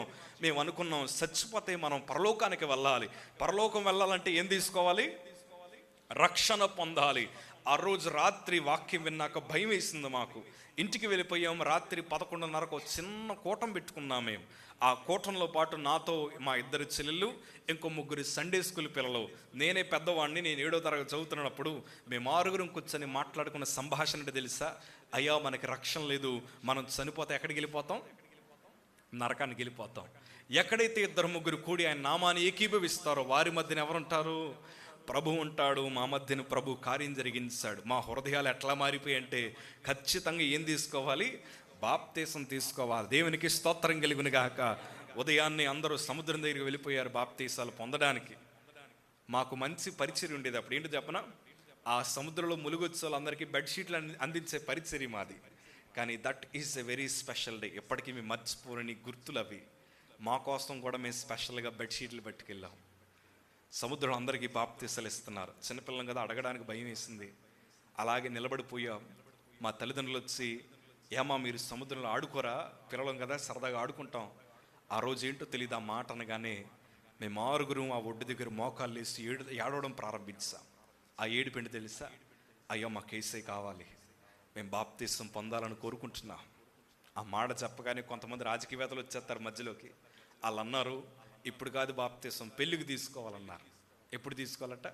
పెళ్ళికి. ఇంకొకరు వచ్చి అన్నారు, కొంచెం వయసు వచ్చాక తీసుకోవచ్చుగా అని అన్నారు. మా అందరికంటే చిన్నది మా చిన్న చెల్లి. మా చిన్న చెల్లి ముందుకు వచ్చింది. మేము ఒకవేళ చచ్చిపోయి నరకానికి వెళ్ళిపోతే ఇదే మాట డోర్ దగ్గర నిలబడి, యేసయ్యకు నువ్వు చెప్తావైతే అని అడిగింది. ఆ మాట అనగానే ఇంకా సేవకుడి నోటంతా ఇంకే మాట లేదు. ఎందుకంటే మనిషి ఎప్పుడు పుడతాడో ఎప్పుడు చస్తాడో ఎవరికి తెలియదు. దేవుని కృప. ఆ రోజు మా 6గురికి బాప్తీసం ఇచ్చారు. దేవునికి స్తోత్రం కలుగును గాక. ఆ నీళ్ళల్లోంచి ములుగు బయటకు వస్తున్నప్పుడు, ప్రియ సంగమా, నాకు తెలుసు మీరు అట్లాంటి అనుభవాలు అనుభవించారని తెలుసు. మీరు చెప్పండి ఎంత సంతోషం. అప్పుడు కొన్ని కోట్ల డబ్బు మన చేతికి ఇచ్చిన రాని సంతోషాన్ని ఆ రోజు ఆ నీళ్ళలోంచి బయటకు వస్తుంటే మా గుండెలు ఎంత సంతోషం అంటే, మీరు కూడా ఎట్లా అనుకుని ఉంటారు కదా, బతుకుతే దేవుని కోసం బతుకుదామయ్యా, చచ్చిపోతే ప్రభు కోసం చచ్చిపోదాం. ఆ తలంపుతో పాటు మీకు ఇంకో తలంపు కూడా రావాలి. అదేంటో చెప్పనా? అయ్యా, ఇంకా చాలామంది రక్షించబడలేదు, నా కుటుంబం కోసం నేను ప్రార్థిస్తానని చాలామంది తీర్మానాలు తీసుకున్నారు. కానీ దుఃఖంతో మాట చెప్పనా, ఈరోజు మన కోసం ఇంకొకరు ప్రార్థన చేయాల్సిన స్థితికి వచ్చేసాం. రక్షణ జీవితంలో ఉండిన ఉజ్జీవం చల్లారిపోతూ వచ్చింది. చాలామంది హృదయాలు ఎట్లయిపోయాయంటే, ఈరోజు ఎవరు రక్షించబడినా ఎవరు రక్షించబడకపోయినా పర్లేదులే అని తిరిగేస్తున్నారు. కానీ రాత్రి ప్రభు ఎందుకు మాట్లాడుతున్నారు నాకు తెలియదు. మీరు ప్రార్థించండి. మీ కోల్పోయిన ఆత్మీయ జీవితాన్ని మరలా తిరిగి తెచ్చుకోండి. నా ప్రభు మిమ్మల్ని విడిచిపెట్టడానికి ఇష్టపడలేదు. ఆయన మేము ప్రభు కోసం బ్రతకాలని నిర్ణయం తీసుకున్నాం. నా రక్షణ జీవితాన్ని కాపాడుకోవడానికి చాలా ప్రయత్నాలు చేశాను నేను. మా స్కూల్ నుంచి మా ఇంటికి వస్తున్నప్పుడు ఒక్క సినిమా పోస్టర్ కనిపించిన మా మందిరానికి వచ్చి బ్యాగ్ ఒక మూల పడేసి బలిపేట పడి ఏడ్చేవాడు నేను. తండ్రి, నన్ను క్షమించయ్యా, సినిమా పోస్టర్ అనవసరంగా చూశాను, నన్ను విడిచిపెట్టి వెళ్ళిపోతామేమో భయం నాకు. ప్రార్థించేవాడిని. మా ఊర్లో చాలామంది బూతులు మాట్లాడతారు. బూతులు మాట్లాడడం పెద్ద తలాంత్ అనుకుంటారు చాలామంది. ఆ బూతులు మాట్లాడితే బూతులు చెవికి వినబడిన ప్రభు మందిరానికి వచ్చి ఏడ్చేవాడిని, తండ్రి నా చెవులు అపవిత్రమైపోయి క్షమించయ్యా అని. మా చర్చ్లో ఎవరన్నా బైబిల్ కింద పెట్టి మర్చిపోతే ఆ బైబిల్ని గుండెలకు హత్తుకొని మందిరం అంతా తిరిగేస్తూ, నేను అప్పుడు 7వ తరగతి నేను చదివేది, మందిరం అంతా తిరుగుతూ అందరి కోసం ప్రార్థించేవాడిని. దేవుని కృప ఏంటో చెప్పన, ప్రభు మందిరము మా స్కూలు తప్ప ఇంకో ప్రపంచం మాకు తెలియదు. అసలు అనాథులమన్న సంగతి మాకు గుర్తు రాలేదు, ఎవరు మాకు తోడులేరు అన్న సంగతి మాకు గుర్తు రాలేదు. ఎందుకంటే ఆయన మందిరంలో అంత గొప్ప సంతోషం ఉంది. దేవునికి స్తోత్రం కలుగును గాక. కానీ ప్రియ సంగమా, ఎంత పెద్ద చేప అయినా చిన్న గేలానికి పడిపోద్ది. రక్షణ పొందిన వారిని దేవుడు ఎంతైతే బలంగా వాడుకోవాలని ప్రభు ఇష్టపడతారో, ఆ రక్షణ తీసుకున్న వారిని పాడు చేయాలని సాతాను కూడా అన్ని బలమైన ప్రయత్నాలు చేస్తాడు. అందుకే సాతాను గడు ప్రతి ఒక్కరికి గేలం వేశాడు. ఇప్పుడు ప్రస్తుత దినాల్లో అందరికీ వేసిన గేలం ఏంటి చెప్పనా? అందరి చేతుల్లో పుస్తకాలు ఉన్నా లేకపోయినా, అందరి చేతుల్లో బైబిల్ ఉన్నా లేకపోయినా ఏం పెట్టేసుకుంటున్నారు ఇప్పుడు? అందరి చేతుల్లో ఫోన్లు ఉంటున్నాయి. చిన్నవి కుదరట్లేదు ఇప్పుడు, చిన్నవి కొంటే ఊరుకోవట్లేదు ఇప్పుడు. ఏం కావాలి అందరికీ? మొత్తం చాలా పెద్దవి కావాలి. అది మినీ సైజ్ తలగళ్ళ అయిపోయింది ఇప్పుడు అందరికీ. ఆ ఫోన్ లేకపోతే ఉండలేకపోతున్నారు. ఆ ఫోన్లోనే వచ్చేసింది పాపం అంతా ఇప్పుడు. అందుకే పిల్లలకు కూడా ఏమి ఇచ్చేస్తున్నారు చిన్నప్పుడు? జాగ్రత్త, మెల్లగుడ్లు వచ్చేస్తాయి పిల్లలకి. అర్థమైందని నేను చెప్పింది? దేవునికి స్తోత్రం కలుగును గాక. ఏంటంటే ఒకరోజు ఫంక్షన్కి పోయాం మేము. ఫంక్షన్కి వెళ్ళినప్పుడు ఒక అమ్మమ్మ గారు వాళ్ళ మనవన్ని ఆడిస్తూ ఉంటే అమ్మమ్మ తాడు మాట్లాడట్లేదు. ఎందుకంటే ఆడి చేతిలో ఏముంది? ఆ ఫోన్ ఉంది. అమ్మమ్మ కోపం వచ్చి ఫోన్ తీసుకొని పక్కన పెట్టేసి ఆ పిల్లడితో ఆడుకుంటుంటే, ఆడికి 5 సంవత్సరాలు 6 సంవత్సరాలు ఉంటుంది. ఆడు అన్న మాట్లాడి తెలుసా? ఆ ఫోన్ కానీ ఇవ్వకపోతే స్క్రూ డ్రైవర్ తీసుకుని కళ్ళల్లో పొడిచేస్తానన్నాడు. ఏమిచ్చి పొడి చేస్తారట? స్క్రూ డ్రైవర్ తీసుకుని కళ్ళల్లో పొడుస్తానంటే అమ్మమ్మ గారు ఏమన్నా మీరు చెప్పండి, ఈ వయసులో నీకు ఆ మాటలేంటరని మొత్తం ఆ చెంప ఈ చెంప ఏం చేయాలి? కొట్టాలి. కానీ ఆవిడేమంటుంది చెప్పనా? వీడి తాత బుద్ధులే వచ్చాయి అంటుంది. అప్పుడు ఆవిడ పూడుతుంది ఆ పిల్లల్ని చూసి. అప్పుడు నాకు అర్థమైంది ఏంటంటే, 5-6 సంవత్సరాలకే స్క్రూ డ్రైవర్ ఇచ్చి పొడిసేస్తున్నాడంటే 16 సంవత్సరాలు వచ్చేసరికి ఇంక మాటలు ఉండవు. ఏమంటది? మొత్తం చేతులు. అందుకే మీరు చూడండి, ఇప్పుడు ఈ సంఘం మీరు నవ్వుతున్నారు కానీ ఇప్పుడు పిల్లలు హంతకులుగా మార్చబడ్డారు. ధనము కోసం హంతకులుగా మార్చబడ్డారు. వయసుతో సంబంధం లేని పాపాల మధ్యన వారి ఆలోచన విధానాలు మార్చబడ్డాయి. ఇంకో మాట చెప్పనా, నటించడం అలవాటైపోయింది. ఎవరి దగ్గర ఎట్లా నటించాలో నేర్చుకున్నారు. అందుకే కొంతమంది తల్లులు అంటారు, మా ఓడు ఎట్లాంటి వాడని నాకు తెలియదయ్యా, మా పాప ఎట్లాంటిదని మాకు తెలియదయ్యా. ఇంత క్రూరమైన ఆలోచనలు ఈమెలో ఉన్నాయన్న సంగతి ఈ పాపం దొరికేదాకా తెలియదని ఎందుకు అంటున్నారంటే, ప్రియ సంగమం, మళ్ళీ నా 2 చేతులు జోడించి అనుభవంతో చెప్తున్నాను, మీ ముందర కనిపించేదంత అబద్ధమే, అంత అబద్ధమే. మంచిగా నటిస్తున్న వారు చాలామంది ఉన్నారు. మాలో ఏ పాపము లేదని నటిస్తున్న వారు చాలామంది ఉన్నారు. కానీ పాపము ఎంత భయంకరమైందంటే మన నటనా జీవితానికి పులి స్టాప్ పెట్టేసి మొత్తం అంతా బయటికి తీసుకొస్తుంది. అందుకే పాపం భయంకరమైంది. సాతానుగాడు మాకు కూడా గేలం వేశాడు. అదేంటి తెలుసా? ప్రేమ కావాలి. ప్రేమ అంటే మీరు అనుకునే లవర్ ఫ్లవర్ ప్రేమ కాదు. నేను కోరుకున్న ప్రేమ అంతా ఒకటే. మా బంధువులు ప్రేమిస్తే బాగుండు, మా తండ్రి ఇంటి బంధువులు ప్రేమిస్తే బాగుండు, మా స్నేహితులు మమ్మల్ని ప్రేమిస్తే బాగుండు కోరుకున్నాం. ఎందుకంటే మనుషులకు ఎవరు ప్రేమ కావాలి చెప్పండి? దేవుని ప్రేమ సంగతి పక్కన ఎట్టండి. ఆ వీధిలో ప్రేమించాలి, మా పక్కింటి వాళ్ళు ప్రేమించాలి, వాళ్ళు ఎందుకు ఫంక్షన్కి పిలవలేదు, వీళ్ళు ఎందుకు పలకరించలేదు, వాళ్ళ కోసం ఎక్కువ ఆలోచిస్తూ ఉంటాం. కాదు కాదు కాదు వాళ్ళెవ్వరూ మనల్ని పరలోక రాజ్యం తీసుకువెళ్ళనే కనీసం రక్తం బొట్టు కూడా మన కోసం చింతించలేదు. వాళ్ళ కోసం పద్దాక ఆలోచించి మన పరిశుద్ధతకు మనం దూరం అయిపోతున్నాం. ఇలాంటి ఆలోచనల మధ్యన జీవిస్తున్న నాకు ఓ రోజు మా 7వ తరగతిలో మా టీచర్ గారు స్కూల్కి రాకపోతే బెంచి మీద కూర్చొని వాయిద్యాలు వాయించుకుంటాను. నాకు అదో పిచ్చి. ఆ రోజు మా టీచర్ గారు విన్నారు, అరే భలే వాయిస్తున్నావు, ఎక్కడ నేర్చుకున్నా అంటే ఎక్కడ నేర్చుకోలేదండి, నాకు మందిరాల్లో వాయించిన అలవాటు అంటే నా చెయ్యి పట్టుకొని మ్యూజిక్ గదిలోకి తీసుకెళ్ళారు. అక్కడికి వెళ్ళిన తర్వాత మా టీచర్ గారు అన్నారు, మీరందరూ పాట పాడండి అమ్మ, జోషి వాయిద్యాలు వాయిస్తాడన్నారు. చర్చిలో అయితే దేవుని పాటలు పాడతారండి, స్కూళ్ళల్లో కాలేజీలో ఏ పాటలు పాడతారు? అన్ని సినిమా పాటలు పాడతారు. మీ అందరికి బాగా తెలుసు. ఫేర్వెల్ డే వచ్చినా, ఫ్రెషర్స్ డే వచ్చినా, ఏ డే వచ్చినా, డెత్ డే వచ్చినా కూడా అదొక ఏడుపు కొట్టి సినిమా పాట అయినా పాడతారేమో కానీ దేవుని పాటలు ఎక్కడ పాడరు. మా టీచర్ గారు అలా చెప్పగానే మా క్లాస్లో వాళ్ళు సినిమా పాట పాడడం ప్రారంభించారు. ప్రియ సంగమా, సినిమా పాటలు నాకు అసలు అలవాటు లేవు. సినిమా పాటలు నాకు అసలు అలవాటు లేవు. నా హృదయంలో రెండు తలంపులు వచ్చాయి. ఈ పాటకు వాయిస్తే దేవునికి ద్రోహం చేస్తున్నవుతాను, ఈ పాటకు వాయించకపోతే స్నేహితుల ముందర చేతగాని వాడిగా మిగిలిపోతాను. ఏం చేయాలో అర్థం కాక నా మనస్సుని సర్ది చెప్పుకొని అనుకున్నాను, మా అయితే 5-6 నిమిషాలు పాడతారు. ఆ సినిమా పాట ఏంటో తెలీదు, హీరో ఎవరో నాకు తెలియదు కాబట్టి తెలియని పాటే కదా, ఈ 5-6 నిమిషాలు నాకుండే తలాంతంతా మా స్నేహితులకు చూపిస్తే కొద్దో గొప్ప నన్ను పొగుడుతారన్న ఆలోచన మేరకు మనుష్యుల కోసం దేవుడు నాకు ఇచ్చిన తలాంతని ఆ సినిమా పాటకు వాడాను. చాలామంది తప్పు చేస్తున్నప్పుడు అనుకునే మాటని చెప్పన, ఈ ఒక్కసారే చేద్దాం, ఈ ఒక్కసారే చేద్దాం, ఈ 5 నిమిషాలే, ఈ 10 నిమిషాలే. ఓ రోజు తల్లిగారికి ఒక ఆవిడ చెప్పిందంట, అమ్మ సీరియల్ ఎలా ఉందో తెలుసా, మీ ఇంట్లో ఎట్లా జరుగుతుందో ఆ సీరియల్లో కూడా అట్లానే జరుగుతుంది. క్రైస్తవురాలు చెప్పిందంట. ఈ మందంటే ఏం కాదులే, మా ఇంట్లో భాగవతం చాలా ఎక్కువ, అందులో చూసేదే ఉందలే అందట. కానీ ఆవిడ అందంటే ఏం కాదే, అందులో పెద్ద పరిష్కారం ఉంది, నీ ఫ్యామిలీ ప్రాబ్లమ్స్ కూడా సొల్యూషన్ ఎందులో దొరుకుతుంది, ఆ సీరియల్లో దొరుకుతుందంటే ఈవిడ పద్దాక ఆలోచించి ఈవిడ అందంట, ఒక్క ఎపిసోడ్ చూడు చాలు, ఇంకేం అక్కర్లేదు. ఏం చూడాలట? ఈరోజు చాలామంది గుచ్చులయ్యే, చాలామంది అవే, ఒక్క ఎపిసోడ్ చూడు, ఒక 5 నిమిషాలు నీకు అర్థమైపోద్ది సీన్ అంతా, నీకేం చూడక్కర్లేదంటే ఆ తల్లి ఆ సీరియల్ పిచ్చిదైపోయి ప్రియ సంగమని నేను చెప్పన, ఆమె కుండిన 3 పిల్లలు కూడా భ్రష్టులుగా మార్చబడ్డారు. 5 నిమిషాలే కదని పాపానికి అవకాశం ఇస్తే మన బ్రతుకుని ఏం చేసింది, అది మొత్తం కొలిపేలాగా చేసింది. మా పాట అంతా అయిపోయింది, మనసులో భయం వేస్తుంది. ఎందుకంటే మొదటిసారి కదా తప్పు చేస్తున్నాను, నా హృదయంలో అనుకుంటున్నాను ఇంకెన్నడు ఈ సినిమా పాటకు వాయించకూడదని కోరుకున్నాను. గదిలోంచి వెళ్ళిపోతుంటే మా టీచర్ గారు నా భుజం తట్టు అన్నాడు, ఇంత టాలెంట్ పెట్టుకుని ఇన్ని సంవత్సరాలు ఏమైపోయావు అన్నాడు. పొగిడేసరికి పడిపోతామని అప్పుడే అర్థమైంది నాకు. కొంతమంది ఏం చేస్తారు, పొగిడితే ఏమైపోతారు, పొగిడితే పడిపోతారు. అందుకే సాతానుగాడు ఏం చేస్తాడంటే ఎక్కువ పొగుడుతాడు. అందుకే కొంతమంది పొగడకపోతే మనసంతా ఏమైపోద్ది, కోపం వచ్చేసి మందిరాలకు రారు. పొగడ్తకు అలవాటు పడకండి, పొగిడే వారికి దూరంగా ఉండండి. ఎందుకంటే వాళ్ళ పొగిడేసి బాగానే ఉంటారు, నిద్ర పట్టనంత మనకే గర్వం వచ్చింది. నన్ను పొగిడేసరికి మా స్కూల్ మ్యూజిక్ టీంలో జాయిన్ అయ్యాను. అప్పుడు మన రాష్ట్రం ఇంకా విడిపోలేదు. మొత్తం ఆంధ్రప్రదేశ్లో ఎన్ని స్కూల్స్ అయితే ఉన్నాయో అన్ని స్కూల్స్కి కాంపిటీషన్కి పంపించారు. నేను రాష్ట్ర స్థాయి 3వ స్థానాన్ని సంపాదించుకున్నాం మా టీం అంతా. మొదటిసారి స్కూల్కి న్యూస్ పేపర్లు వచ్చారు. గుర్తింపు లేని మొఖం న్యూస్ పేపర్లో పడింది. కత్తిరించుకొని పుస్తకాల లోపల కాదు పుస్తకాల మీద అంటించుకున్నాను. అప్పటిదాకా నా పక్కన కూర్చోలేని నా స్నేహితులు బెల్లం చుట్టూ ఈగల వాళ్ళంటూ వాళ్ళేశారు. వాళ్ళందరూ నాతో సహవాసం చేయడం వల్ల మనస్సు మారిపోయింది. ప్రియ సంగమ, స్నేహితులు చాలా ప్రమాదకరం. సైకిల్ ఉన్నప్పుడు ఒకడే ఉంటాడు, బండి కొంటే 3 అవుతారు, కారు కొంటే 10 మంది వస్తారు.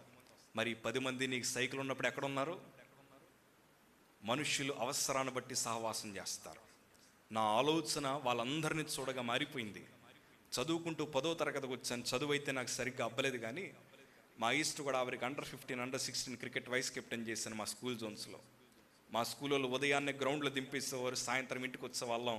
మా తల్లిగారి భయం అంతా ఒకటే, వీడి ఫెయిల్ అయిపోతే దేవుని మందులు ఏమని సాక్ష్యం చెప్పుకోవాలి, వీడి ఫెయిల్ అయిపోతే దేవుని నామానికి అవమానం కదా అని అప్పు చేసి మరీ మా హాస్టల్లో జాయిన్ చేసింది మా అమ్మ. అక్కడికి వెళ్ళిన తర్వాత రకరకాల స్నేహితులు మాకు పరిచయం అయ్యారు. ప్రస్తుతానికి నాతో చదివిన నా స్నేహితులు నా ప్రాణ స్నేహితులు ఇప్పుడు కాదనుకోండి, ఒకప్పుడు వాడు ప్రస్తుతానికి చెన్నై ఫిల్మ్ ఇండస్ట్రీలో సినిమా యాక్టర్లకి పర్సనల్ కొరియోగ్రాఫర్గా పనిచేస్తున్నాడు. కొంతమంది మోడలింగ్ చేసే వాళ్ళని ఫ్లెక్సీలు వేస్తూ ఉంటారు. అందులో నాతో చదివిన ఒక 10 నుంచి 15 మంది సీనియర్స్ ఉన్నారు. మన 2 రాష్ట్రాల్లో 2 యంగెస్ట్ ఎమ్మెల్యేస్ ఇప్పుడు ప్రస్తుతానికి పనిచేస్తున్నారు. మొన్నటిదాకా కొంతమంది కార్పొరేటర్లుగా పనిచేశారు. దేవుని కృప మన దేశమే కాదు, వేరే దేశంలో కూడా చక్కగా కంపెనీలు కట్టుకుని స్థిరపడిన వారు ఉన్నారు. కానీ ఒక మాట అయితే చెప్పగలను, వారందరూ లోకాన్ని అనుభవిస్తుంటే నేను లోకరక్షకుని అనుభవించే కృపను దేవుడు అనుగ్రహించాడు. దేవునికి స్తోత్రం కలుగును గాక. ఇదంతా మీకు ఎందుకు చెప్తున్నానంటే, మనుష్యులు వెనకాల పరిగెడతాం చాలా మట్టికి, కానీ కాదు, దేవుని వైపు మనం చూడాలి. నాకు ఆ విశ్వాసము అవన్నీ సన్నగిల్లిపోయి స్నేహితుల మధ్యన ఉండడం వల్ల నా ఆలోచన విధానం మారిపోయింది. ఈ సంగమ ఎవరిని ఉద్దేశించి మాటలు నేను చెప్పట్లేదు, కానీ కొన్ని మాటలు మీతో పంచుకొని చాలా క్లుప్తంగా ముగిస్తాను. మా స్నేహితులు నా పక్కకు వచ్చి ఒక మాట చెప్పాడు, జోషి, అబ్బాయిలందరికీ నువ్వంటే బాగా ఇష్టమయ్యా, కానీ ఏ ఒక్క అమ్మాయి కూడా నేను ప్రేమించట్లేదు అన్నాడు. అప్పుడు నేను 10వ తరగతి చదువుతున్నాను. 10వ తరగతిలో ఈ అమ్మాయిని నన్ను ప్రేమించాలా? ఈ మాట ఎందుకు చెప్తున్నానంటే, ఇప్పుడు అందరికీ ఏమొచ్చేసి చెప్పనా, ప్రేమించేసుకుంటున్నారు. ఫ్రీగా ఉంటుంది కదా. కాలేజీకి వెళ్ళినా స్కూల్కి వెళ్ళినా ఏం చేస్తున్నారు? ప్రేమించుకోవడం అలవాటు అయిపోయింది, ఉత్తరాలు రాసుకోవడం అలవాటు అయిపోయింది, మెసేజ్లు పెట్టి డిలీట్ చేసేయడం అలవాటు అయిపోయింది. కాలేజీలు అయిపోయిన తర్వాత సాయంత్రం బస్ స్టాపుల్లో కూర్చొని ఆలవంక ఇలవంక చూడడం అలవాటు అయిపోయింది. ఇంట్లో కూర్చున్న మీరు అనుకుంటారు నా పిల్లలు కలెక్టర్ అవ్వాలి, నా పిల్లలు ఇంజనీర్లు అవ్వాలి, నా పిల్లలు డాక్టర్ అవ్వాలని మీరు కలలు గంట ఉంటే వాళ్ళ కళ్ళ ఎట్లా ఉన్నాయి చెప్పనా? రేపు అమ్మకి ఏ అబద్ధం చెప్పి ఎక్కడికి వెళ్ళాలి, రేపు నాన్నకి ఏం చెప్పి ఎక్కడికి వెళ్ళాలి, ఏం చెప్తే 100 రూపాయలు ఎక్కువ ఇస్తారన్న ఆలోచనలు. నా స్నేహితుడు ఆ మాట చెప్పగానే క్రైస్తవుడిగా నేనేమనాలంటే, అయ్యా నేను సేవకుడి పిల్లోడిని, యేసయ్య నన్ను ప్రేమిస్తాడని చెప్పకుండా ఐస్ మొక్క కరిగిపోతా నీళ్ళు ఎట్లా వస్తే కూర్చుని ఏడ్చేసాను అలాగా. మా స్నేహితుడు ఏం కాదయ్యా, నీ బట్టలు మార్చుకుంటే అందరు నీ వంక చూస్తాడన్నారు. బట్టలకు అంత ప్రాధాన్యత ఉందో నాకు ఇప్పుడు తెలియదు. మా స్నేహితుడు వాడి బట్టలు నాకు ఇచ్చాడు. ఆ బట్టలు ఎట్లా ఉన్నాయంటే, మన బండి మీద వెళ్ళిపోతే ఏ పందు ఆ అడ్డొచ్చింది అనుకోండి, బండి మీద నుంచి కింద పడిపోగానే ప్యాంట్ అంతా ఏమైపోద్ది, మొత్తం చిరిగిపోయి కన్నాలు ఉంటాయి. ఆ కన్నాల ప్యాంట్ తీసుకొచ్చి నాకు వేసాడు. ఇదివరకు పూర్వదినాల్లో కన్నాలు ఉంటే పడేసేవాళ్ళం, లేకపోతే ఎలిసిపోతే పడేసేవాళ్ళం. కానీ ఇప్పుడు అయ్యే ఫ్యాషన్, పుట్టినరోజు అయినా ఏదైనా కానీ ఏంటంటే అందరూ కన్నాల ప్యాంటే. ఆ కన్నాల ప్యాంట్ తీసుకొచ్చి నాకు వేసాడు. తర్వాత రంగురంగుల జుబ్బాల బలీలు నాకు వేశారు. చక్కగా మా ఇంట్లో తెలియకుండానే మన భారతదేశానికి ఉన్నట్టు 3 రంగులు వేశారు నాకు ఎదర.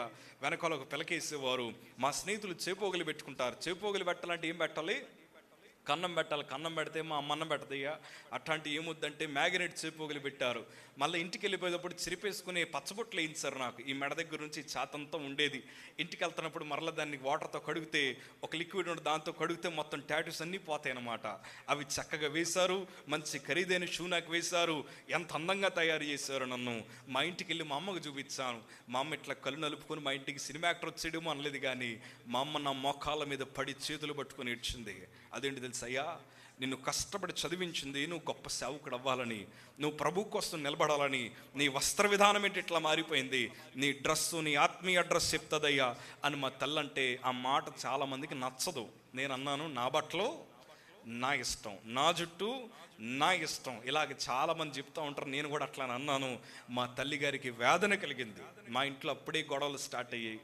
మా తల్లి అందయ్యా, సంఘము నిన్ను చూస్తుంది. నేను అన్నాను, వాళ్ళందరూ నన్ను చూడడానికి వస్తున్నారు మందిరానికి, దేవుడు నిన్ను చూస్తున్నాడు. నేను అన్నాను, ఆ దేవుడికి నేను ఒక్కనే కనిపిస్తానా? చాలాసార్లు నాకు అనిపించేది, నన్ను ఇలా బ్రతకమని చెప్పడానికి ఆయన ఎవరు, నన్ను ఇలా జీవించమని చెప్పడానికి ఆయన ఎవరు. చాలా వ్యతిరేకత వచ్చేసింది మా ఇంట్లో అప్పుడు. కానీ ప్రియ సంగమా, ఈరోజు గుండెలు చరుచుకున్న మాట అయితే చెప్పగలను. దేవుని కృపను బట్టి నేను పరిచయకు వచ్చి 11 సంవత్సరాలు పూర్తయింది. ఇప్పటికీ నా తల్లొద్దు అని పెట్టి 11 సంవత్సరాలు అయ్యింది. నా ముఖం మీద పౌడర్ రాసి 11 సంవత్సరాలు అయ్యింది. ఒకప్పుడు మంచి విలువైన బట్టలు కొనుక్కున్నామండి, కానీ ఒక్కొక్కసారి మా సంఘ బిడ్డలు ఇచ్చిన 100 రూపాయల చొక్కా కూడా వేసేసుకుంటున్నాను. ఎందుకంటే మనకు విలువ మన హెయిర్ స్టైల్ బట్టో, మనం రాసే పౌడర్ బట్టో, మనం తిరిగే కార్లు బట్టో, మనం వాడే ఫోన్లు బట్టో రాదు విలువ. మన హృదయంలో నివసించి దేవుడే మనకు అసలైన విలువనిస్తాడు. దేవునికి స్తోత్రం కలుగును గాక. ఈ సంగతి చాలామందికి తెలియక పెట్టుబడి అంతా ఒంటికే పెట్టారు, కానీ ఆత్మీయ జీవితానికి 0 పెట్టుబడి. పాపం మనిషి జీవితాన్ని పాడు చేస్తుంది. మా తల్లి నేను సేవకుడు అవ్వాలని ప్రార్థించింది, కానీ నా మనస్సు మారిపోయింది, ఆలోచన మారిపోయింది. సేవకుడి పిల్లోడిగా బ్రతకడం మానేశాను. పేరుకు పరిచర్య చేస్తున్నాను, కానీ నా మనస్సు ప్రభు దగ్గర లేదు. ఎట్లాగ నా జీవితం కొనసాగుతూ వెళ్తే మా తల్లి నా కోసం 2 సంవత్సరాల ఉపవాసం అండి ప్రార్థన చేసింది. ఆ ప్రార్థన అంతా ఒకటే, నా ప్రభా నా కొడుకు బ్రతుకుండే కంటే వాడిని తీసేసుకో ప్రభా, వాడు పరిచర్యకి అవమానం తీసుకొస్తాడని, నేను చనిపోవాలని మా అమ్మ 2 సంవత్సరాలు ప్రార్థన చేసింది. చాలామంది అనుకోవచ్చు, ఇలాంటి పరిస్థితులు గుండా దేవుడు ఎందుకు నడిపించాడు, ఇలాంటి సేవకులుగా ప్రభు ఎందుకు తీర్చిదిద్దాడంటే, మొదటి ప్రాధాన్యత మా తల్లి ప్రభుకి ఇవ్వడం ప్రారంభించింది. నా కొడుకు లేకపోయినా పర్లేదయ్యా, పరిచర్యకు అవమానం రాకూడదని మా తల్లి ప్రార్థించింది. ఎందుకంటే మా ఇంట్లో జరుగుతున్న పర్సనల్ ఇష్యూస్, మా సంఘంలో జరుగుతున్న పర్సనల్ ఇష్యూస్ అవి స్ప్రెడ్ అవ్వడం ప్రారంభించాయి. చాలా కోపం వచ్చేసేది నాకు. నా చేతుల మీద ఎప్పటికీ నా 2 చేతుల మీద గాయాలు ఉంటాయి, పోలీస్ స్టేషన్లో పెట్టి కొట్టిన దెబ్బలు. నా మీద ఉండే చిన్న చిన్న కేసులన్నీ కొట్టేయడానికి 10 సంవత్సరాలు పట్టింది నాకు. 2024లో వచ్చింది నా పాస్పోర్ట్. 2013 తెలంగాణ పోరు వచ్చినప్పుడు మా ఈస్ట్ గోదావరికి స్టూడెంట్ చేసి కన్వీనర్గా చేశాను.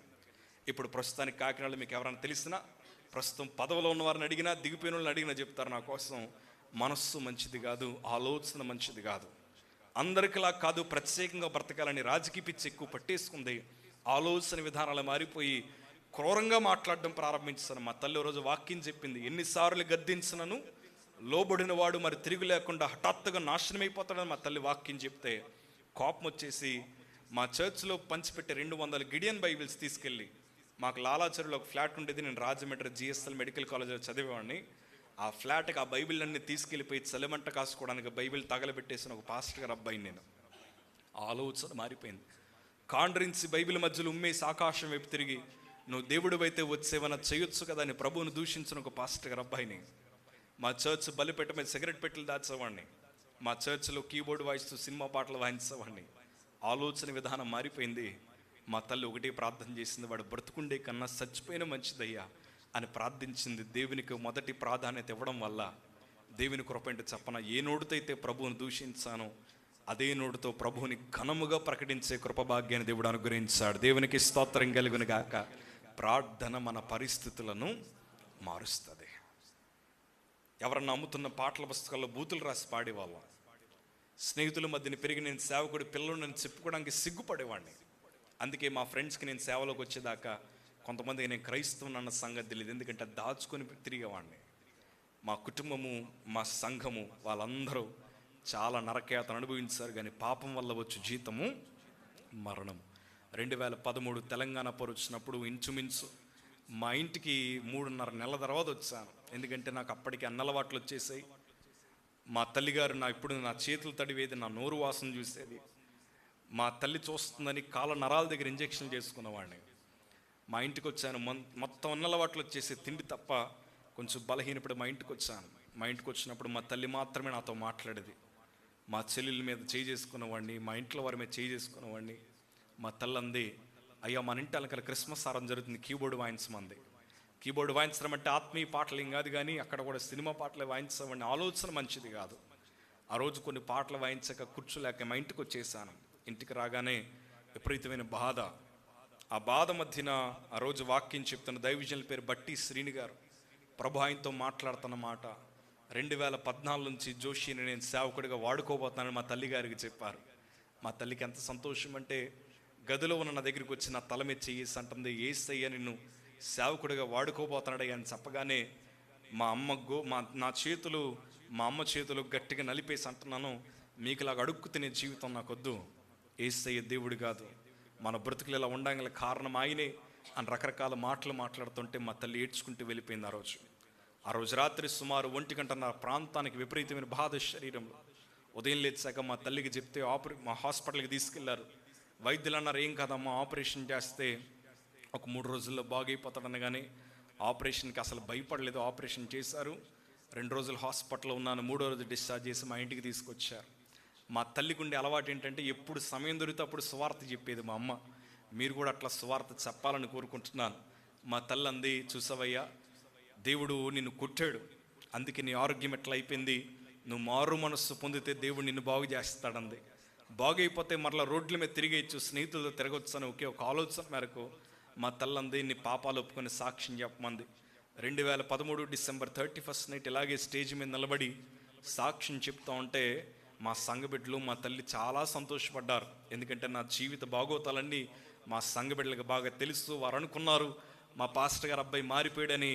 మా చర్చిలో 12 మంది యవనస్తులు బాప్తీసం తీసుకోవడానికి సిద్ధపడ్డారు ఆ రోజు రాత్రి. హల్లెలూయా. నేను సాక్ష్యం చెప్తున్నాడు కానీ అది అబద్ధ సాక్ష్యం. అబద్ధం అని ఎందుకన్నానంటే, పెదవుల్లోంచి వస్తుంది కానీ ఆ మాట నా హృదయంలోంచి రావట్లేదు.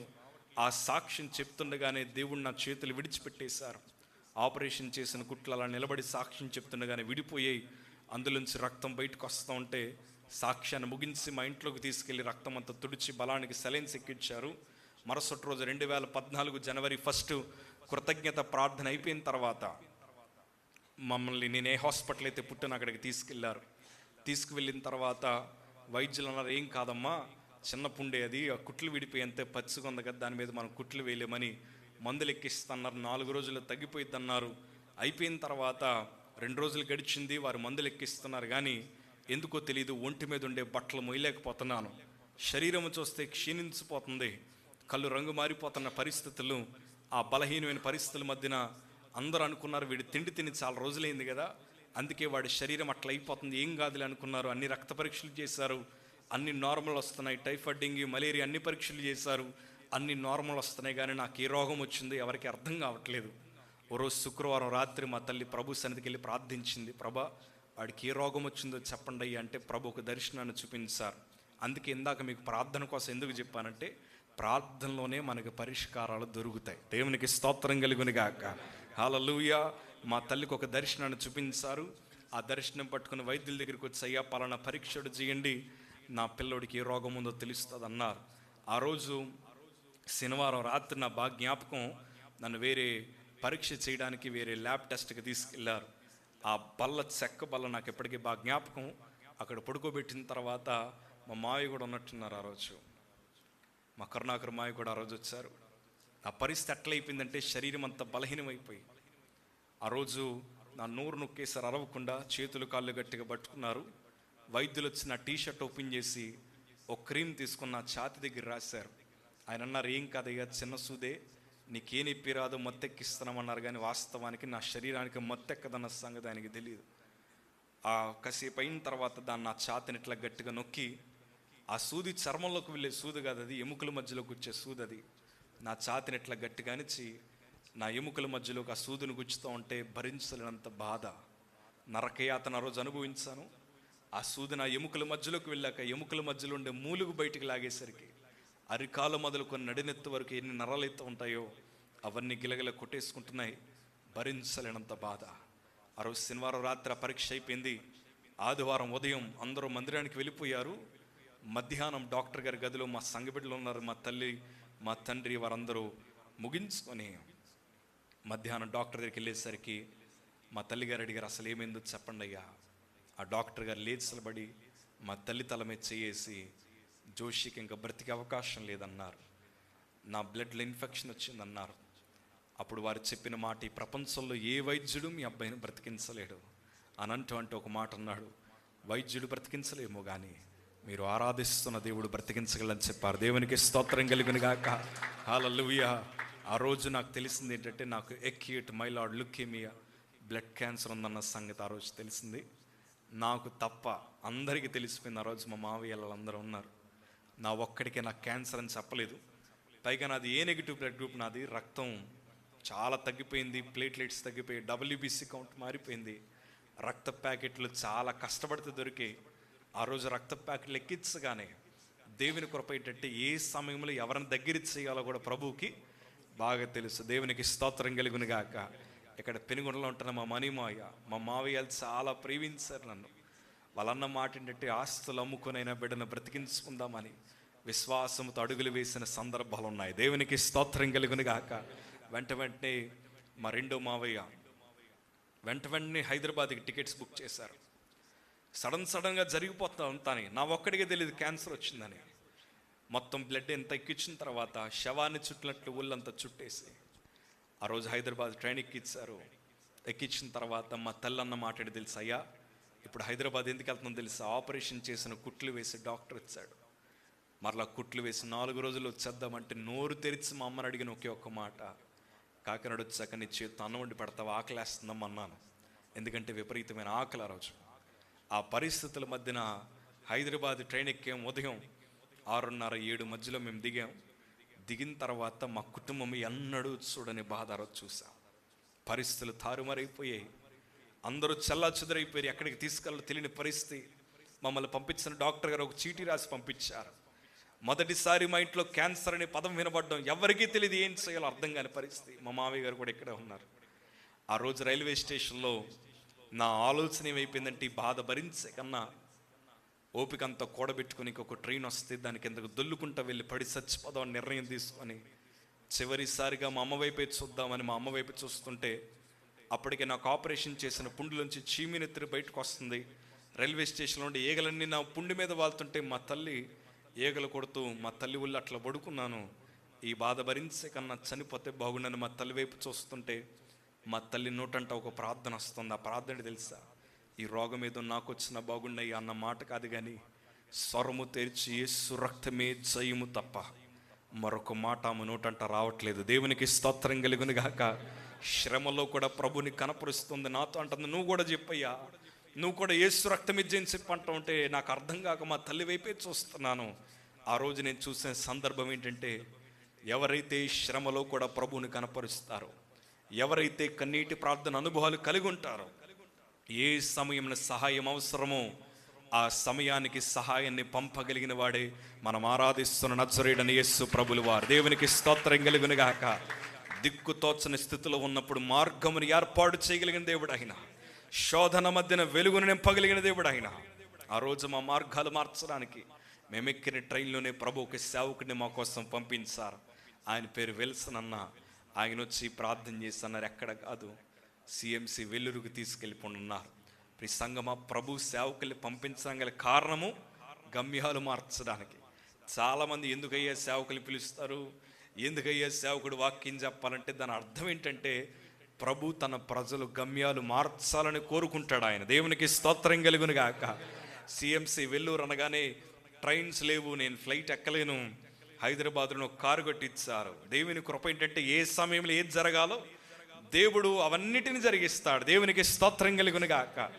సో ఎన్ని శ్రమలంటే ఆ దారి మధ్యన, ఆ ప్రయాణాల మధ్యన మా మావయ్య గారు నా బ్లడ్ తుడిచిన ఆయన, రకరకాల పరిస్థితులు, దారి మధ్యన విపరీతమైన పరిస్థితులు. మా తల్లి గారికి చపాతీ పొట్లం ఇచ్చారు దారి మధ్యన. ఎందుకంటే ప్రతి జర్నీలో అందరికీ విండో సీట్ దగ్గర కూర్చోవడం ఇష్టం. కానీ రోజు ప్రయాణం ఎట్లా జరిగిందో నాకు తెలియదు, ఏ ప్రాంతాల్లోకి తీసుకెళ్లారో నాకు తెలియదు. అలా పడుకుని ఉన్నాను, మా మమ్మీ ఒళ్ళో పడుకుని నా కాళ్ళు ఏమో ఇంకొక మావయ్య ఒళ్ళో పెట్టాను. అసలు పరిస్థితి జర్నీ ఎట్లా ఉందో తెలియదు. అందరికీ బాధే. ఆ బాధ బయటికి వ్యక్తం చేయలేక అందరూ లోపల ప్రార్థిస్తున్నారు. అప్పటికే అనేక మంది సేవకులకి ఈ ప్రాంతంలో కూడా మా మావయ్య చెప్పగానే ఎంతోమంది సేవకులు సంఘాలు ప్రార్థించడం ప్రారంభించాయి. మీకు మాట చెప్పిన ప్రార్థన అన్నిటికంటే గొప్ప ఆస్తి అండి అది. దేవునికి స్తోత్రం కలుగును గాక. హల్లెలూయా. క్రైస్తవ సమాజం అంతా, ఏ క్రైస్తవులైతే నేను దూషించాను, ఏ ప్రభువునైతే నేను దూషించాను, ఏ సేవకులనైతే నేను దూషించాను, ఆ సంఘం అంతా నా కోసం ఎలుగెత్తి ప్రార్థన చేస్తున్నారు. ఒకవైపు దేవుడేమో మేము చేరాల్సిన గమ్యానికైనా చేరుస్తూ ఉన్నాడు. దేవునికి స్తోత్రం కలుగును గాక. మా తల్లి చపాతీ పొట్లం తింటుంటే నేను అనుకున్నాను, మా అమ్మకి నేను తెలుసు కదా నేను ఆకలితో ఉన్నానని. మా తల్లిని అడిగిన, అమ్మ పెట్టవా అంటే మా తల్లి ఇంకా తట్టుకోలేక కారణకపోయి ఇచ్చేసింది. అప్పటికే నిన్ను స్నానం చేసి 10-15 రోజులైంది. మా అమ్మ తింటుంటే చపాతీ పొడి నా ముఖం మీద రాలింది. దాన్ని ఇట్లా నలుపుకుంటే ఎంత మట్టి వచ్చింది. ఎవ్వరు చూడకుండా ఆ మట్టిని నాలుగు కింద పెట్టి ఆకలి తీర్చుకున్నాను. తిండి కరువాసిపోయాను నేను. విపరీతమైన ఆకలి వేసేది.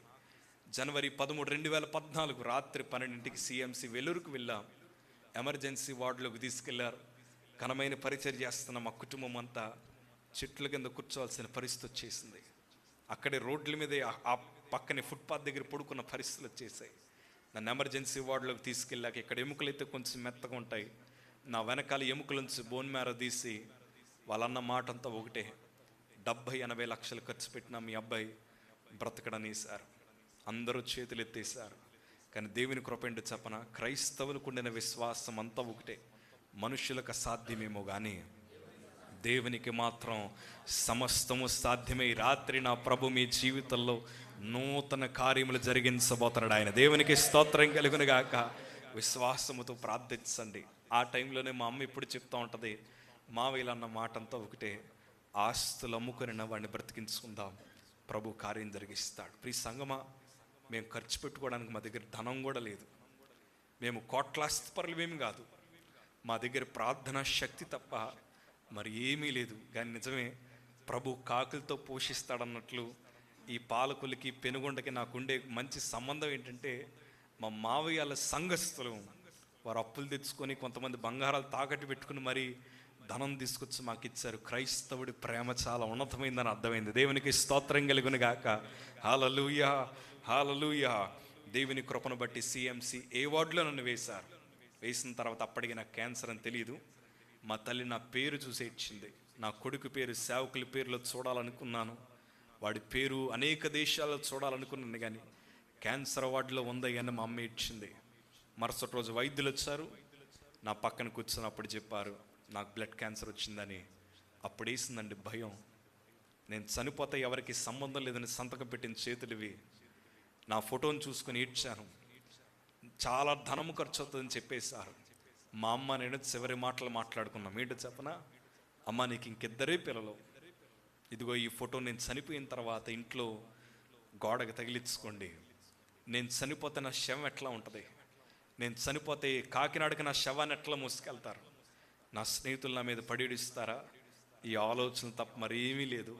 మా అమ్మ నన్ను ఇంటికి తీసుకెళ్ళిపోతే గదిలో పడి చచ్చిపోతానన్నాను. ఆ రోజు నేను ఎంత ఒంటరిని అయిపోయినట్టే, ఏ స్నేహితులనైతే ప్రేమించానో వారందరూ నన్ను వదిలేశారు, ఏ క్రైస్తవునైతే ద్వేషించానో వారందరూ నా దగ్గరికి వచ్చారు. దేవునికి స్తోత్రం కలుగును గాక. హల్లెలూయా. మా స్నేహితులు నేను చచ్చిపోయాను అనుకొని నా ఫేస్బుక్ వాల్ మీద రిప్పని పెట్టి రెస్ట్ ఇన్ పీస్ అని. నేను చచ్చిపోయాను అనుకున్నారు చాలామంది. బాధతో ఏడుస్తుంటే మా తల్లి ఆ రోజు ఒక బైబిల్ తీసుకొచ్చి నా చేతిలో పెట్టి ఒక మాట చెప్పింది. ఆ మాట చెప్పడానికి నేను దూరం వచ్చాను.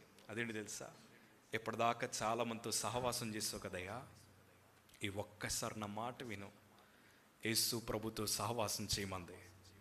7వ తరగతిలో మర్చిపోయిన సహవాసం ఎట్లా చేయాలో, నేను తగలబెట్టేసిన బైబిల్ సేమ్ గిడియన్ బైబిలే తీసుకొచ్చి నా చేతిలో పెట్టింది. మా అమ్మ వెళ్ళిపోయింది బయటికి. ఏమని ప్రార్థించాలో తెలియదు, ఏమని అడగాలో తెలియక ఆ చిన్న బైబిల్ నా గుండెల మీద పెట్టుకున్నాను. అప్పటికే బోన్ మ్యారో టెస్ట్ చేశారు నాకు. ఇక్కడ బైబిల్ని ఎట్లా పెట్టుకుని ప్రార్థించడం ప్రారంభించాను. ఆ ప్రార్థన తెలుసా, యేసయ్యా నేను పుట్టకముందే మా అమ్మ నాన్నకి నన్ను ఇస్తామని చెప్పావు కదా, నా కోసం రక్తం గార్చిన దేవుడు కదా అయ్యా, నా కోసం ప్రాణం పెట్టిన దేవుడు కదా, నువ్వు దేవుడు అయితే ఒకసారి నాతో మాట్లాడచ్చు కదా అని ఈసారి ప్రార్థన పెదవుల్లోంచి కాదు హృదయ లోతుల్లోంచి ప్రార్థిస్తుండగానే నా రూమ్ నిండా గొప్ప వెలుగు చేత నింపబడింది. దేవునికి స్తోత్రం కలుగును గాక. అప్పుడు అర్థమైంది, ఆయన మాట్లాడగలిగిన దేవుడు, ఆయన జవాబు దయచేయగలిగిన దేవుడు, ఆపత్కాలములో నమ్ముకోదగిన సహాయకుడు. అప్పటిదాకా నాకు నచ్చిన పాపాలు ప్రభువు నన్ను దర్శించగానే నా పాపాలు చూస్తుంటే నా మీద నాకే అసహ్యం వేస్తుంది. నా పాపాలు ఒప్పుకున్నాను. ప్రభా నన్ను బ్రతికించని అడగడానికి అర్హత లేదు నాకు. తండ్రి చనిపోతే నీ రాజ్యానికి చేర్చుకో అని ఏడుస్తూ ఒకే మాట అన్నాను, ప్రభా నన్ను బ్రతికించాలని చిన్న తలంపు నీకున్న మాట ఇస్తానయ్యా, చచ్చేదాకా నీ కోసం బ్రతుకుతాను. ఆ మాట ఇచ్చిన తర్వాత ప్రభు నాతో ఏం మాట్లాడలేదు. ట్రయల్ ట్రీట్మెంట్ ఇవ్వడానికి 40 సెంటీమీటర్ల పైప్ లైన్ నాకు ఈ చేతికి ఎక్కిచ్చారు. ఇక్కడ ఎముకల మధ్య నిరుక్కుపోయింది. నా మెడ మీద ఇంకా నరాలు లావుగానే ఉంటాయి. ఈ చేతులకు ఎక్కించిన తర్వాత రోజుకి 40-50 రక్తపు వాంతులు. కడుపులో ఉండే పేగులు కదిలిపోయి పక్కకు వస్తే పిడికిలు బిగించి వీపు మీద కొడతాయి, కానీ పేగులు ఇక్కడికి వచ్చేవి కాదు. ఇంక నేను చచ్చిపోతానని ఫిక్స్ అయ్యారు. ఎందుకంటే నా వయసు 21 ఎత్తు, నా బరువు 23 కేజీలకు వచ్చేసింది. రకరకాల ఇబ్బందులు, రకరకాల పరిస్థితులు. మా తల్లి అప్పుడే నాకు తెలుగు నేర్పించి కొత్త నిబంధన బైబిల్ చదవడం స్టార్ట్ చేశాం. వాక్యం చదివేక నాకు అర్థమైన విషయం, క్యాన్సర్ కూడా దేవుడే ఆన్సర్ అన్న సంగతి అర్థమైంది నాకు. దేవునికి స్తోత్రం కలుగును గాక. ప్రభు వైపు చూస్తానండి. ప్రియ సంఘమా, విశ్వాసాన్ని మనం బలపరుచుకోవాలి. ఆవగించంత విశ్వాసం. ఆ మాట పదే పదే నా హృదయాన్ని వినిపిస్తూ ఉన్నప్పుడు, ఓ రోజు నిజమే నాకు ఆకలి వేసినప్పుడు నాకు ఇష్టమైన కూర వేడి అన్నంలో కలిపితే ఆ బాక్స్ని ముక్కు దగ్గర పెట్టుకుని ఆకలి తీర్చుకునేవాడిని. నా ఉమ్ముని అరగంట సేపు నోట్లో దాచుకొని నీళ్ళలాగా తాగితే రక్తంలో బయటకు వచ్చేది. ఎన్ని ఇబ్బందులు, ఎన్ని పరిస్థితుల్లో ఎండోస్కోపీ చేసి పేగు ముక్కలు బయటికి తీసి పరీక్షలకు పంపించారు. ఎందుకు వస్తుందో తెలియదు. ఆ స్థితిగతుల మధ్యన ఓపిక తెచ్చుకొని విశ్వాసాన్ని కూడబెట్టుకొని మా వాకలిపూడి సంఘానికి ఫోన్ చేశాను. ఇట్లా మైకు పట్టుకుని వాళ్ళు సాక్ష్యం వింటున్నారు. మీరందరూ చేసిన ప్రార్థన వల్ల యేసయ్య నా రక్తపు వాంతులు ఆపేశాడని సాక్ష్యం చెప్పాను. నోరు తెరిచాను, పేగులు కదిలిపోయాయి, రక్తపు ముద్దలుగా వాంతులు అవుతున్నాయి, రకరకాల రంగుల్లో వాంతులు అవుతున్నాయి. నర్సు గారు అన్నారు, ఇట్లానే వాంతులు గొక్కితే పిల్లవాడు పరిస్థితి ఏమైపోద్దో తెలియదమ్మా అని వారు అట్లా అంటూ ఉండగా 4-5 వాంతులు జరిగాయి. ఆ 4-5 వాంతుల తర్వాత మరి ఎన్నడూ రక్తపు వాంతులు జరగలేదు. దేవునికి స్తోత్రం కలుగును గాక. అప్పుడు అర్థమైంది, విశ్వాసముతో ఏదైనా మనం సాధించగలం. విశ్వాసముతో అడుగులు ముందుకేసాం. బోన్ మ్యారో ట్రాన్స్ప్లాంటేషన్ చేయాలన్నారు. మా చెల్లెలు పిలిచారు. ఎవరిది మ్యాథ్స్ అవ్వలేదు. ప్రియ సంఘం ప్రార్థన ఎంత శక్తివంతమైందంటే, ఆ రోజు మంచం మీద పడుకొని ప్రార్థిస్తున్నాను, ప్రభా ఏ రక్తముతో అయితే పుట్టానో సచ్చేదాకా అదే రక్తం కావాలని నువ్వు ఏదైనా మార్చగలిగిన దేవుడు అని ప్రభుకి అతి సమీపంగా ఉండి ప్రార్థిస్తుండగా జరిగిన గొప్ప విషయం ఏంటంటే, 2-3 గంటల తర్వాత అదే వైద్యులు వచ్చన్నారు, మీ అబ్బాయికి బోన్ మ్యారో ట్రాన్స్ప్లాంటేషన్ అక్కర్లేదని చెప్పారు. దేవునికి స్తోత్రం కలుగును గాక.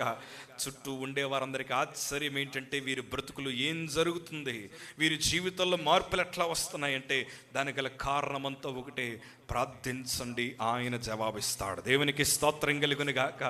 ఆ పరిస్థితుల మధ్యన మా తల్లి, మేము, మా సంఘ బిడ్డలు, మా మావయ్యాలు, వారి సంఘాలు వారందరూ కలిసి ప్రార్థిస్తుంటే మా తల్లంది, ఆ ప్రార్థనలకి ఇప్పుడు ఒక బలమైన నిచ్చెనైపోయి ఆ నిచ్చెన ఎక్కాల్సిన బాధ్యత నీదంది. అంటే విశ్వాసాన్ని కూడబెట్టుకున్నాను, అందరి ప్రార్థనలు తోడయ్యాయి, ప్రభు సందులో విజ్ఞాపన చేస్తూ ఉన్నాను. వాక్యం చదివాక మీకు మాట చెప్పన, బలహీనలు మన సంగతి మర్చిపోతాం. మనం ఏం చదివితే చెప్పండి, ఏం చదివితే? అందుకే దీవారాత్రులు దాన్ని ధ్యానించేవాడు ధన్యుడని వాక్యం ఎందుకందంటే, వాక్యం చదివే కొద్దీ మన బలహీనతలు కనిపించవు. I'm the most active cancer patient అయ్యాను, కీమోథెరపీ ఎక్కిస్తున్న ఒకవైపు I enjoyed the word of God, దేవుని వాక్యాన్ని అనుభవిస్తూ వచ్చాను. 4.5 నెలల తర్వాత వైద్యులు వచ్చారు నా దగ్గరికి, కూర్చోబెట్టి వీపు మీద కొట్టారు గట్టిగా. ఎందుకంటే వాళ్ళందరూ సరదాగా ఉండడం ప్రారంభించారు. ఈ మధ్యన ఎన్నో విషయాలు జరిగాయి మా జీవితంలో. ఆ వైద్యులు వచ్చి అన్నారు, వీపు మీద కొట్టి, ప్రశాంత్ నీకు విషయం చెప్పాలి అన్నారు. ఎస్ డాక్టర్ చెప్పండి. కొన్ని రోజుల నుంచి నీ ఎముకల్ని పరీక్ష చేస్తున్నాం, అందులో మాకు తెలిసిన విషయం అంతా ఒకటే, నీ ఎముకల నుంచి పుడుతున్న ప్రతి రక్త కణములో ఒక్క క్యాన్సర్ కణం కూడా కనిపించట్లేదన్నారు. దేవునికి స్తోత్రం కలుగును గాక. ఆ మాట జీవితంలో చాలామంది వినాలని ఇప్పటికీ ఎదురు చూస్తున్నారు. ఆ మాట వినాలని ఎంతోమంది కోట్లు ఖర్చు పెడుతున్నారు. కానీ మీకు మాట చెప్పనా, ఏమీ లేని బలహీనులకు దేవుడు ఆ శుభవార్తలను వినిపించాడు ఆయన. హల్లెలూయా. ఎందుకంటే దేవుడు మాట ఇస్తే మాట తప్పడు. ప్రియ సంగమా, నాకు పాటలు అంటే తెలియదు. నేను వర్షిప్ అయితే చేస్తాను, కీబోర్డ్ వాయిస్తాను. కానీ 2.5 నెలల తర్వాత ఓ రోజు నాకు దర్శనం వచ్చింది. ఫస్ట్ టైం దర్శనం కన్నాను నేను. బలహీనపడి మంచం మీద పడుకున్న మా తల్లి నా పక్కనే ఉండిపోయింది. మా తల్లికి అలా ప్రార్థిస్తోంది. ఆ రోజు వచ్చిన దర్శనం ఏంటంటే, తెల్ల బట్టలు ధరించుకొని లక్షలాది మంది ప్రజల మధ్య నిలబడి అన్ని నామముల కన్నా పైనామం యేసునామని పాడుతున్నాను. First time I'm singing this song. నేను ఎప్పుడు పాటలు పాడే అలవాటు నాకు లేదు. ఆ దర్శనం చూపించగానే మా అమ్మని లేపన్నాను, మమ్మీ నాకు ఎలా వచ్చింది, అదేంటంటే నేను పాట పాడుతున్నాను అన్నాను. మా తల్లి ఉన్న మాట ఏంటి తెలుసా? అయ్యా, మనుషులు మాటిస్తే తప్పుతారేమో కానీ దేవుడు మాటిస్తే ఎన్నటికీ మాట తప్పడన్నారు. ఆమేన్, హల్లెలూయా. దేవుని కృప వాటన్నిటిని అనుభవించడానికి దేవుడు కృప చూపిస్తున్నాడు. హల్లెలూయా, హల్లెలూయా. ఎప్పుడైతే క్యాన్సర్ లేదన్నారో మీకు ఆనంద బాష్పాలు ఎప్పుడైనా వచ్చాయా? నాకు వచ్చేయండి. ఆ రోజు మా తల్లి వైద్యులు అడుగుతుంది, నిజమేనయ్యా అని మా తల్లి అడుగుతుంటే, నేను ఆకాశం వైపు తిరిగి నాకు ఇంకే వినిపించట్లేదు. ఆకాశం వైపు తిరిగి అలాగే చూస్తూ ఉన్నాను.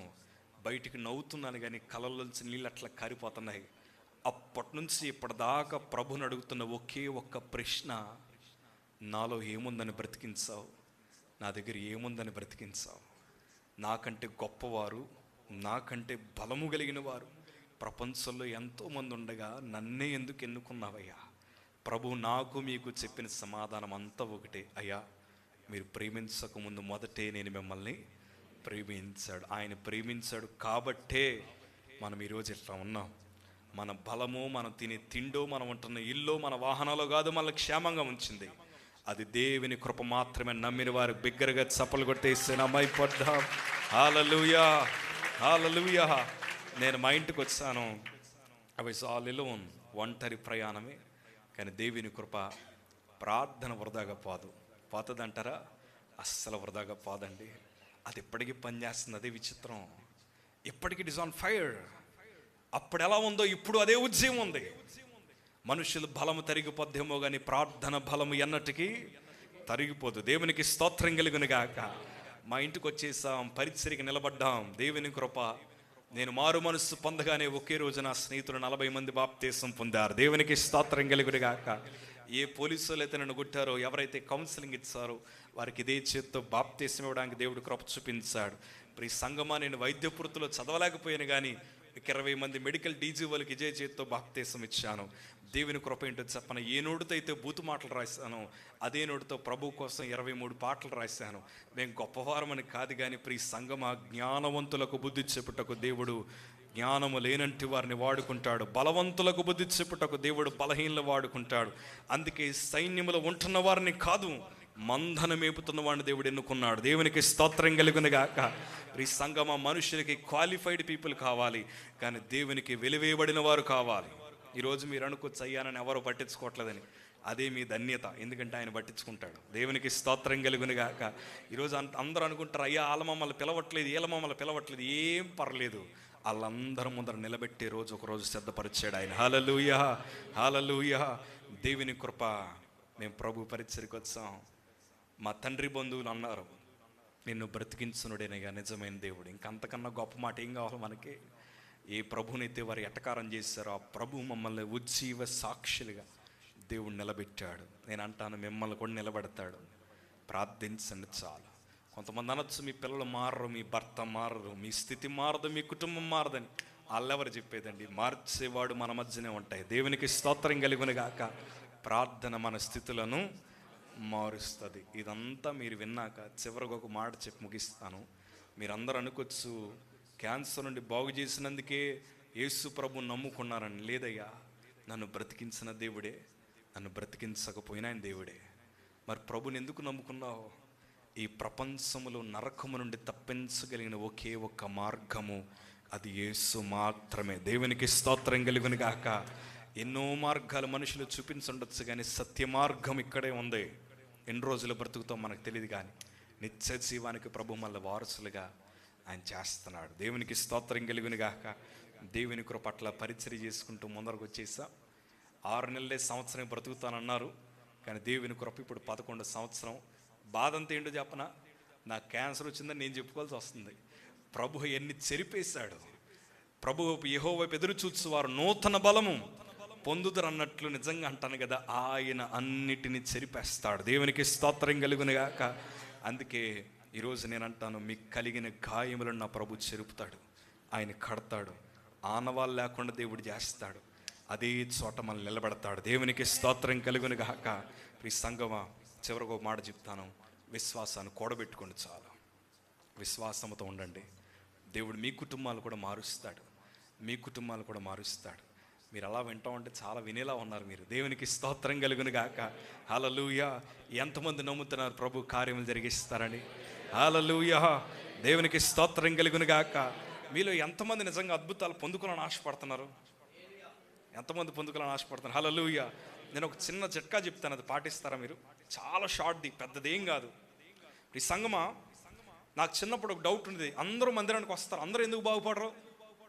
అందరూ మందిరానికి వస్తారు, అందరి జీవితంలో ఎందుకు కార్యం జరగదంటే, లోపం దేవుళ్ళలో కాదు, ఎక్కడుంది? మనలో ఉంది. ఎందుకు ఈ మాట అంటున్నానంటే, 12 సంవత్సరాలు రక్తస్రావం కలిగిన స్త్రీ నానా యాతనలు పడి 12 సంవత్సరాలు ఎన్ని డబ్బులు ఖర్చు పెట్టి ఉంటుందో. రోగం ఉంటే భోగం ఉండదు, ఉంటుందంటారా? ఏం ఉండదు, అందరూ వదిలేసి వెళ్ళిపోతారు. ఎందుకంటే రోగంతో ఉన్నారు, వారి శరీరం వాసన కొట్టిద్ది, రక్తం భయంకరమైన వాసన కొట్టిద్ది. ఎందుకంటే నాకు రక్తం వచ్చేది కాబట్టి తెలుసు. అలాంటి ఆమె, ఎవరు చెప్పారు తెలియదు కానీ, మహానుభావుడు మహానుభావురాలు కానీ ఒక స్వార్థ చెప్పింది. యేసు ప్రభు ఉన్నాడు, ఆయన కార్యాలు జరిగిస్తున్నాడు. ఈ సంగమా, ఆమె చేసిన గొప్ప పని ఏంటో చెప్పనా? ప్రభువుని చూడక మునుపే ఇంట్లోనే విశ్వాసాన్ని కూడబెట్టుకుంది. ఎలాగో చెప్పనా? ఆయన వస్త్రపు చెంగు పట్టుకుంటే చాలు వచ్చేసింది. ఇప్పుడైతే ఫ్లెక్స్లు ఉన్నాయి, నేను ఎలా ఉంటానో నేను రాకముందే మీకు తెలుసు. యూట్యూబ్లో కొడితే నా ముఖం తెలుసు, అందరూ తెలిసిపోతారు. కానీ అప్పుడు యేసు ప్రభు ఎట్లా ఉంటాడు? ఎవడో ఫ్లెక్సీ లేదు, ఆయనను గుర్తుపట్టాలి. ఆ జనాల గుంపుల మధ్యన ఆమె ఆశ చూడండి, ఇంట్లో విశ్వాసాన్ని కూడబెట్టుకుంది, ఆయన బాగు చేస్తాడని నమ్మింది. ఆ గుంపులోకి వచ్చేసి ప్రభు వస్త్రపు చెంగును ఏది పట్టుకోవాలనుకో అదే పట్టుకుంది ఆమె. దేవునికి స్తోత్రం కలుగును గాక. నడుస్తున్న యేసు ప్రభులు వారు ఆగిపోయారు. శిష్యులతో అంటున్నారు, నన్ను ఎవరో పట్టుకున్నారు. వాళ్ళు అన్నారు, ప్రభా ఎంతమంది నీ మీద పడుతున్నారు, అసలు ఇదేమన్నా న్యాయమా? నిన్ను పట్టుకోవడానికి క్యూ కడుతున్నారయ్యా. ఎవరు పట్టుకున్నా ఎట్లా చెప్తా అంటే, ప్రభు అన్నాడు, నాలో ఉండే ప్రభావాన్ని ఎవరు అనుభవించారు. అందరూ పట్టుకున్నది వేరు, ఈ గుంపుల మధ్యన ఒకరు పట్టుకున్నది వేరు. ఆ పట్టుకున్న ఆమె జీవితంలో కార్యం ఎందుకు జరిగిందంటే, విశ్వాసాన్ని ఇంట్లో కూడబెట్టుకొని వచ్చింది. దేవునికి స్తోత్రం కలుగును గాక. మీరు ఆదివారం మందిరానికి వస్తున్నప్పుడు విశ్వాసాన్ని ఎప్పుడు కూడబెట్టుకోవాలి? అది చాలామంది మందిరానికి వచ్చి అద్భుతాలు పొందుకోపోవడం గల కారణం ఏంటి చెప్పిన? మనుషులు కూడబెట్టుకొని వస్తారు. వెళ్దామా అని మనుషులు కూడబెట్టుకుంటారు. కాదు మై డియర్ ఫ్రెండ్స్, విశ్వాసాన్ని కూడబెట్టుకుని రండి. మందిరానికి వెళ్తున్నాను, యేసు నన్ను బాగు చేస్తున్నాను, వచ్చే ఇంటికి.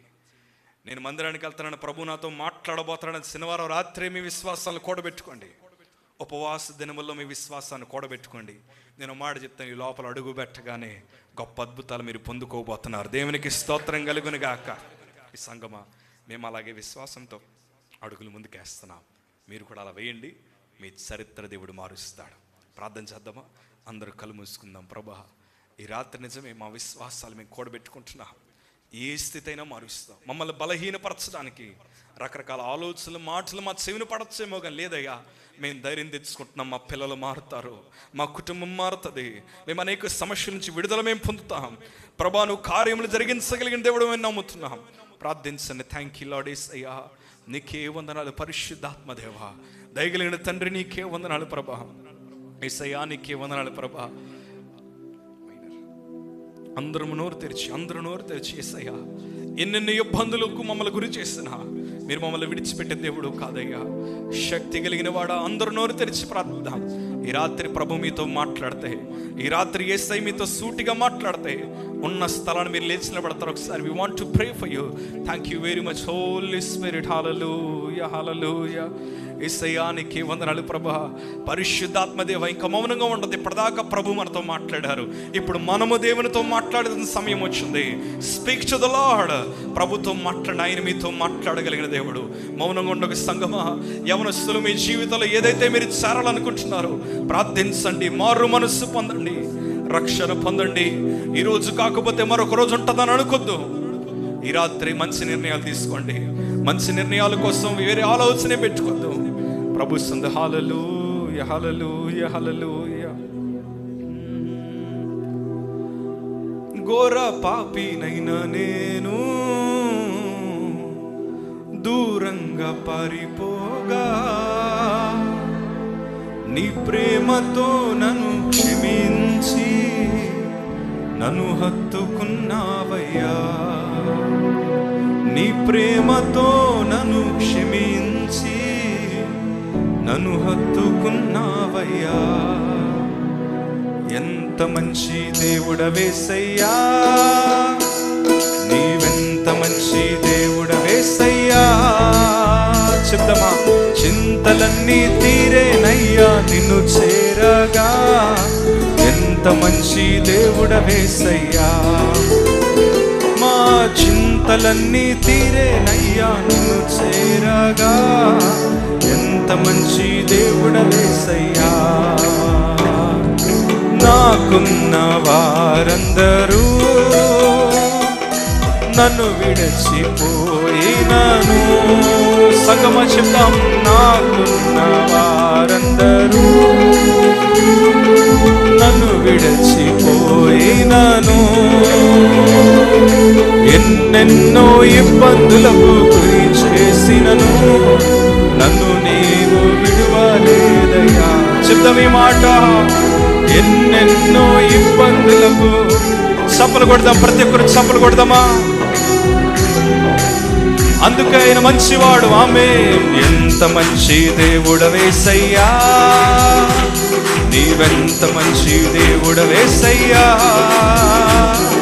చింతలన్నీ తీరేనయ్యా నిన్ను చేరగా, ఎంత మంచి దేవుడవేసయ్యా. మా చింతలన్నీ తీరేనయ్యా నిన్ను చేరగా, ఎంత మంచి దేవుడవేసయ్యా. యెహోవా రఫా, యెహోవా రఫా, స్వస్థపరచవే. ఈ రాత్రి ఎవరైతే బలహీనంగా ఉన్నారో వారిని స్వస్థపరచదయ్యా. యెహోవా రఫా. ఆమేన్. వందనమయ్యా, నన్ను స్వస్థపరచవే. వందనమయ్యా. పాడదాం ఈ మాట. ఆమేన్. గట్టిగా చప్పలు కొడుతూ. వందనమయ్యా, పూర్ణ మనసుతో ఆరాధింతు, నిన్ను పూర్ణ బలముతో ప్రేమించేదం. స్తోత్రం. ఆరాధింతు, నిన్ను పూర్ణ బలముతో. గట్టిగా చప్పలు కొడుతూ ఈ రాత్రి ఆరాధన, ఆరాధన, ఆరాధన, ఆరాధన. ఆమేన్. ఆరాధన, ఆరాధన. తల్లి, నువ్వు కన్నీరు కార్చుడు దేవుడు చూస్తున్నాడు.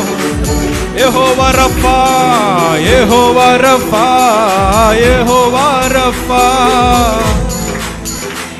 మానసిక రోగము నుండి విడిపించండి. ఓ యెహోవా రఫా, స్వస్థపరచవే.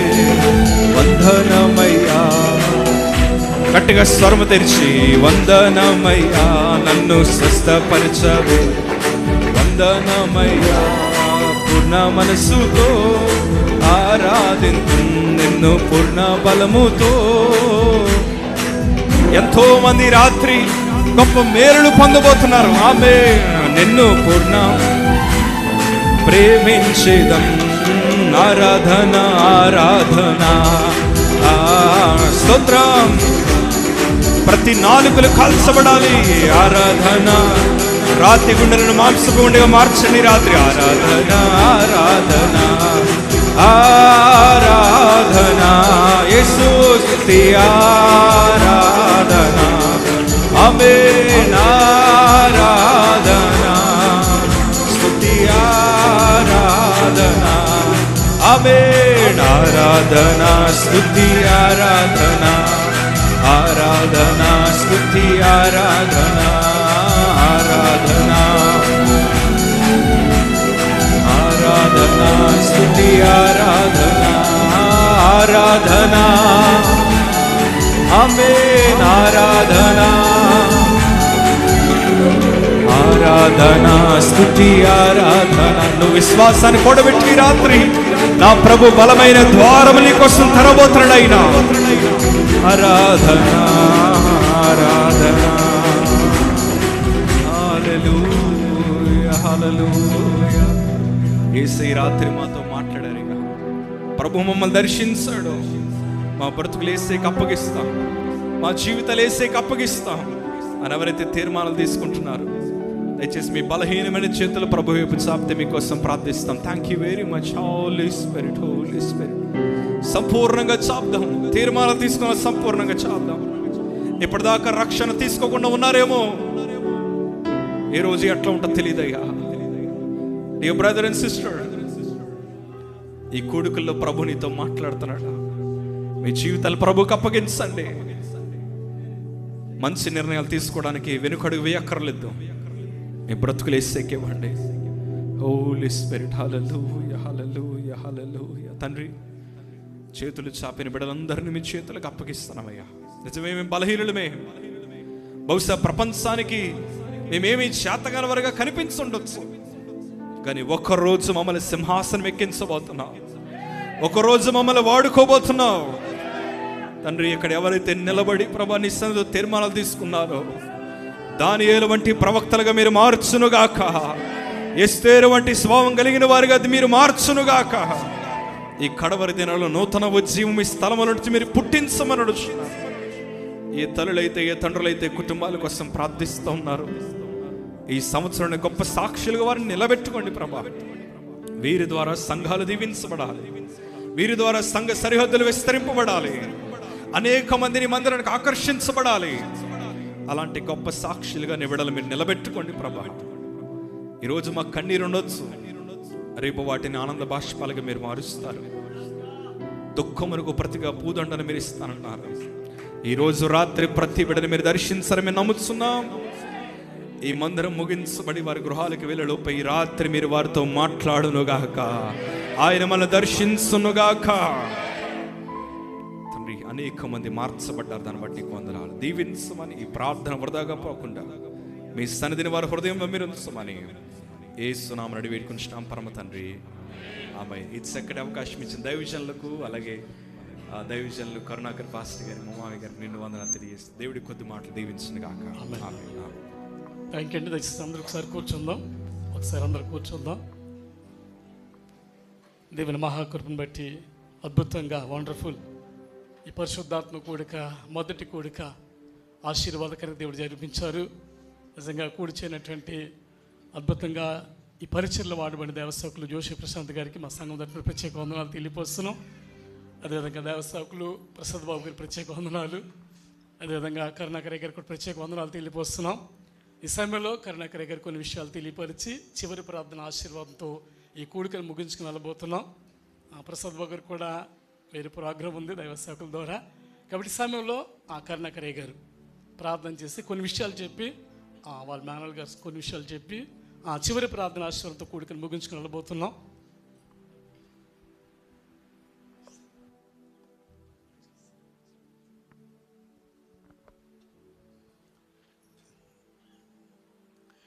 దేవుని పరిశుద్ధ నామమునకు మహిమ కలుగునుగాక. అందరూ చేతులెత్తి ప్రభుని స్తుతిందామండి. హల్లెలూయా. యెహోవా మన కొరకు గొప్ప కార్యము చేశాడు, మనము సంతోషభరితులమైతేమని దేవుని వాక్యంలో రాయబడిన మాట మా కుటుంబంలో నిజంగానే ప్రభు జరిగించాడు. చెరలో నుండి మరి జోషి బాబు ఎలా విడిపించబడి ఈరోజు దేవుని చేతిలో ఒక దైవజనుడిగా రూపించబడి ఎలా వాడబడుతున్నారో మరి మేము చూస్తున్నప్పుడు ఇది దేవుని కృప తప్ప మరొకటి కాదు అనే సత్యాన్ని ఒప్పుకొని తీరాల్సింది. ఒకరోజు సిఎంసిలో ఉన్నప్పుడు మరి ఇందాక సాక్ష్యంలో మీరు విన్నారు, ఏబి నెగిటివ్ బ్లడ్ అని. అంత సిఎంసిలో బ్లడ్ లేకపోయిందన్నమాట. లేకపోతే వారు కంగారు పడుతున్నారు, బ్లడ్ కావాలి. ఆ విషయం మా చెల్లికి తెలిసి బయటకు వచ్చి చోటు కూర్చొని ఏడుస్తూ ఉంది. అంటే మామూలుగా కాకుండా దేవుని సందులో ప్రార్థన చేస్తూ ఏడుస్తూ ఉంటే ఆయన ఎవరో తెలియదు, అమ్మ నువ్వు ఎందుకు ఏడుస్తున్నావు అని తెలుగులో ఆయన అడిగినప్పుడు మా చెల్లి చెప్పింది, ఇలాగా ఏబీ నెగిటివ్ బ్లడ్ కావాలి అని. అమ్మ నేను అరేంజ్ చేస్తానని చెప్పి అప్పటికప్పుడు ఆయన బ్లడ్ అరేంజ్ చేశారన్నమాట. ప్రియులారా, మరి అలాంటి అద్భుతాలు ఎన్నో బిడ్డ జీవితంలో జరిగాయన్నమాట అండి. మరి ఈరోజు ప్రభు సన్నిధిలో సజీవ సాక్షిగా నిలబడి ఆయన సందేశకునిగా అనేక యవన జీవితాలు ప్రభు వైపు తిరిగి రక్షించబడి మరి ఆ ప్రభు నామ మహిమార్థమై వారి జీవితాలు కట్టబడినట్లుగా జోషిని దేవుడు ఒక బలమైన సాధనగా వాడుకుంటున్నాడు. ఆ దినాలలో తనతో పాటు అదే క్యాన్సర్ వార్డులో ట్రీట్మెంట్ తీసుకుంటున్న కోట్లు ఖర్చు పెట్టిన వాళ్ళు సైతం ఎంతోమంది ఏమైపోయారు చెప్పండి, చనిపోయారు. కనీసం పలానా వాళ్ళు చనిపోయిన విషయం కూడా బిడ్డకు మేము చెప్పకుండా దాచేవాళ్ళం. అలాంటి ఆ పరిస్థితుల్లోని ప్రభువా నీవు నా బిడ్డను బ్రతికించాలి, ఇక్కడి నుండి నా బిడ్డను తీసుకుని ఇంటికి వెళ్ళాలి అని ఒకే ఒక ప్రార్థన మా చెల్లి చేసేది. అందరూ కూడా ప్రార్థన చేశాం. కానీ దేవుడు చూడండి, అతడు చావునకు సిద్ధమై ఉండెను కానీ ప్రభు అతన్ని కనికరించెను అనే ఎప్పప్రొద్దుతును గురించి వ్రాయబడినట్లుగా మరి జోషి ప్రశాంత్ బాబు విషయంలో దేవుడు కార్యం చేశాడు. ఆ బిడ్డను బట్టి మేము ప్రభుని స్తుతిస్తూ ఉన్నాం. మరి అనేకమైన చోట్ల దేవుని చేతిలో బహుబలముగా వాడబడుతున్నాడు. దేవుని వాక్యంలో మనం చూస్తున్నప్పుడు అపోస్తలుడైన పౌలు అన్నాడు, మరి మిగిలిన జీవితం, చెప్పండి మిగిలిన జీవితం. చూడండి, గతించిన కాలం మిగిలిన కాలం అంటాడు పేతురు రాసిన పత్రికలో కదండి.